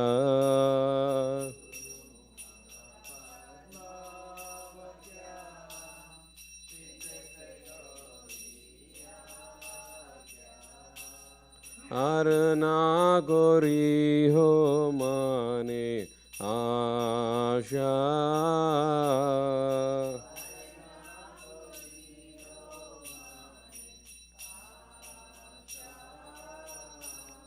Shri गुरु चराणे रति ऐसे उत्तमा गति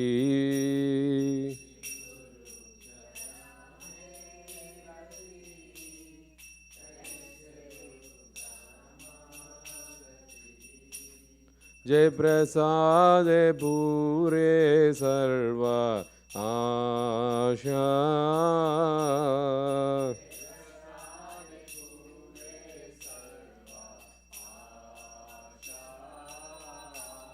जय प्रसाद पूरे सर्व आशा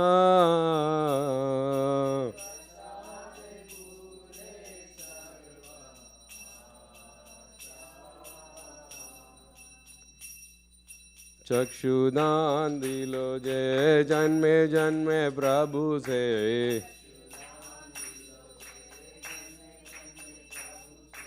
चक्षुदान दिलो जय जन्मे जन्मे प्रभु से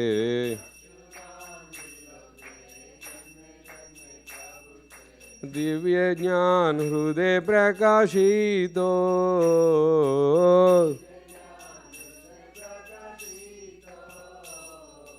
प्रेम भक्ति जहाँ हो दे अविद्या विनाशा जाते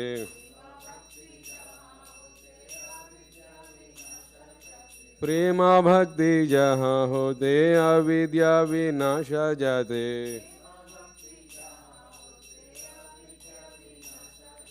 वेद गाय जहाँ राचारितो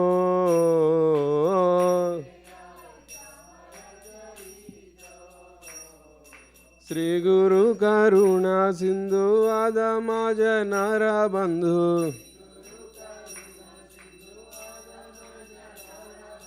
श्री गुरु करुणा सिंधु आदमा जनरा बंधु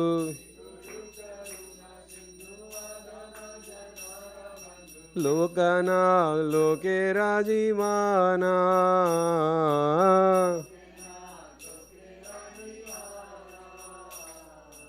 हाँ प्रभु करो दया देहो मोरे पादा छाया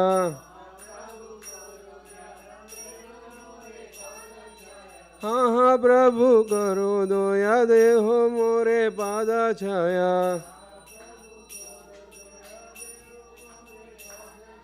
ये बेजास गुसुक त्रिभुवाना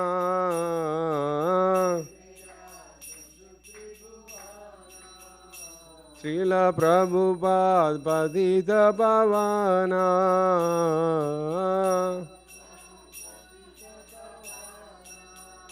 जय प्रभुपदा जय प्रभुपदा जय प्रभुपदा जय प्रभुपदा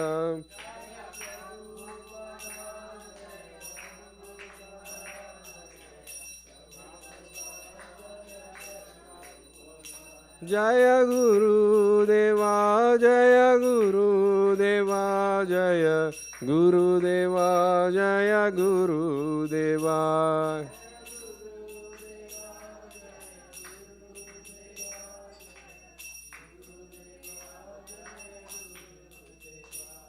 नमो ॐ विष्णुपदाय कृष्णपृष्ठाय भूतले श्रीमते Bhaktivedanta स्वामिनिति नामिने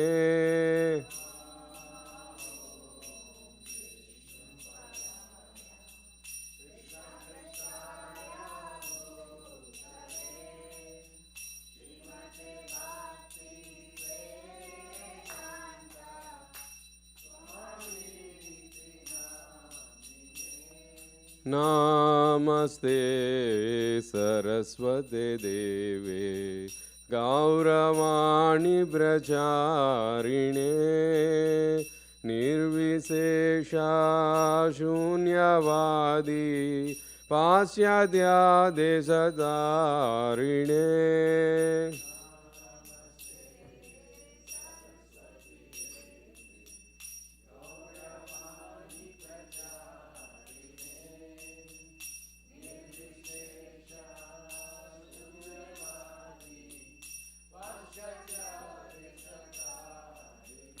Jayo Sri Krishna Chaitanya Prabhu Nityananda Shri Advaita Gadadhara Srivasadi Gaura Bhakta Vrinda.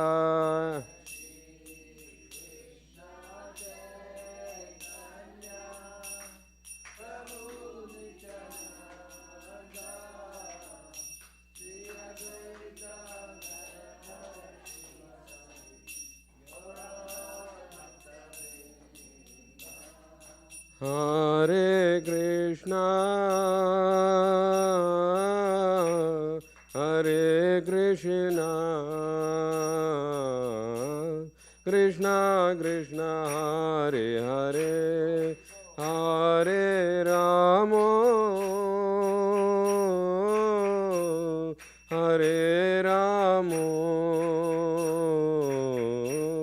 Rama Rama, Hare Hare.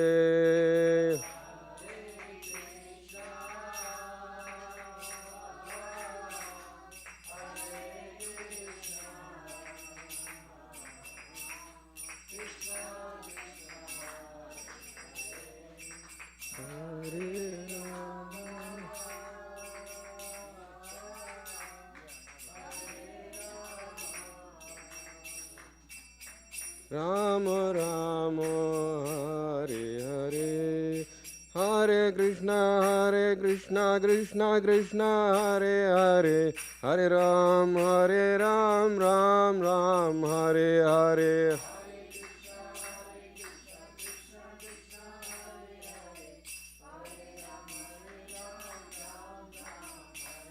Oh, Hare Krishna, Krishna Krishna, Hare Hare, Hare Ram, Ram Ram, Hare Hare.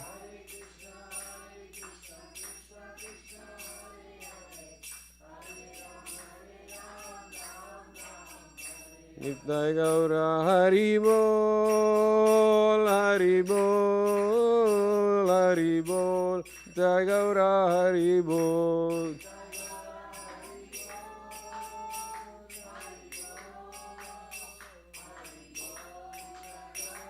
Hari Bol.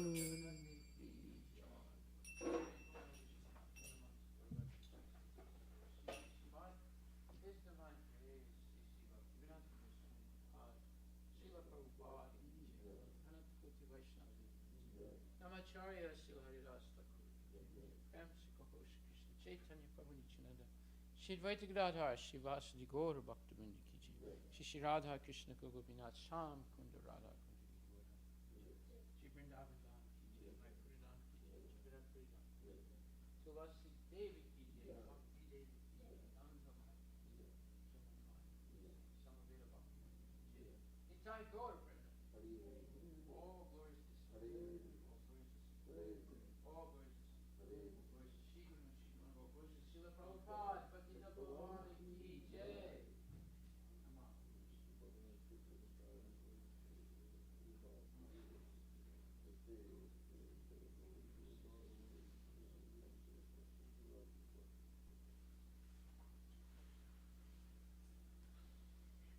The lotus feet of our spiritual master are the only way by which we can attain pure devotional service. I bow to his lotus feet with great awe and reverence. By his grace, one can cross the ocean of material suffering and obtain the mercy of Krishna. My only wish is to have my consciousness purified by the words emanating from his lotus path. Attachment to his lotus feet is the perfection that fulfills all desires. He opens my darkened eyes and fills my heart with transcendental knowledge. He is my Lord, birth after birth. From him ecstatic prema emanates, by him ignorance is destroyed. The Vedic scriptures sing of his character. Our spiritual master is the ocean of the mercy, the friend of the poor, and the Lord and master of the devotees. O Master, be merciful unto us, give us the shade of your lotus feet. Your fame is spread all over the three worlds. We take shelter of your lotus feet. Srila Prabhupada ki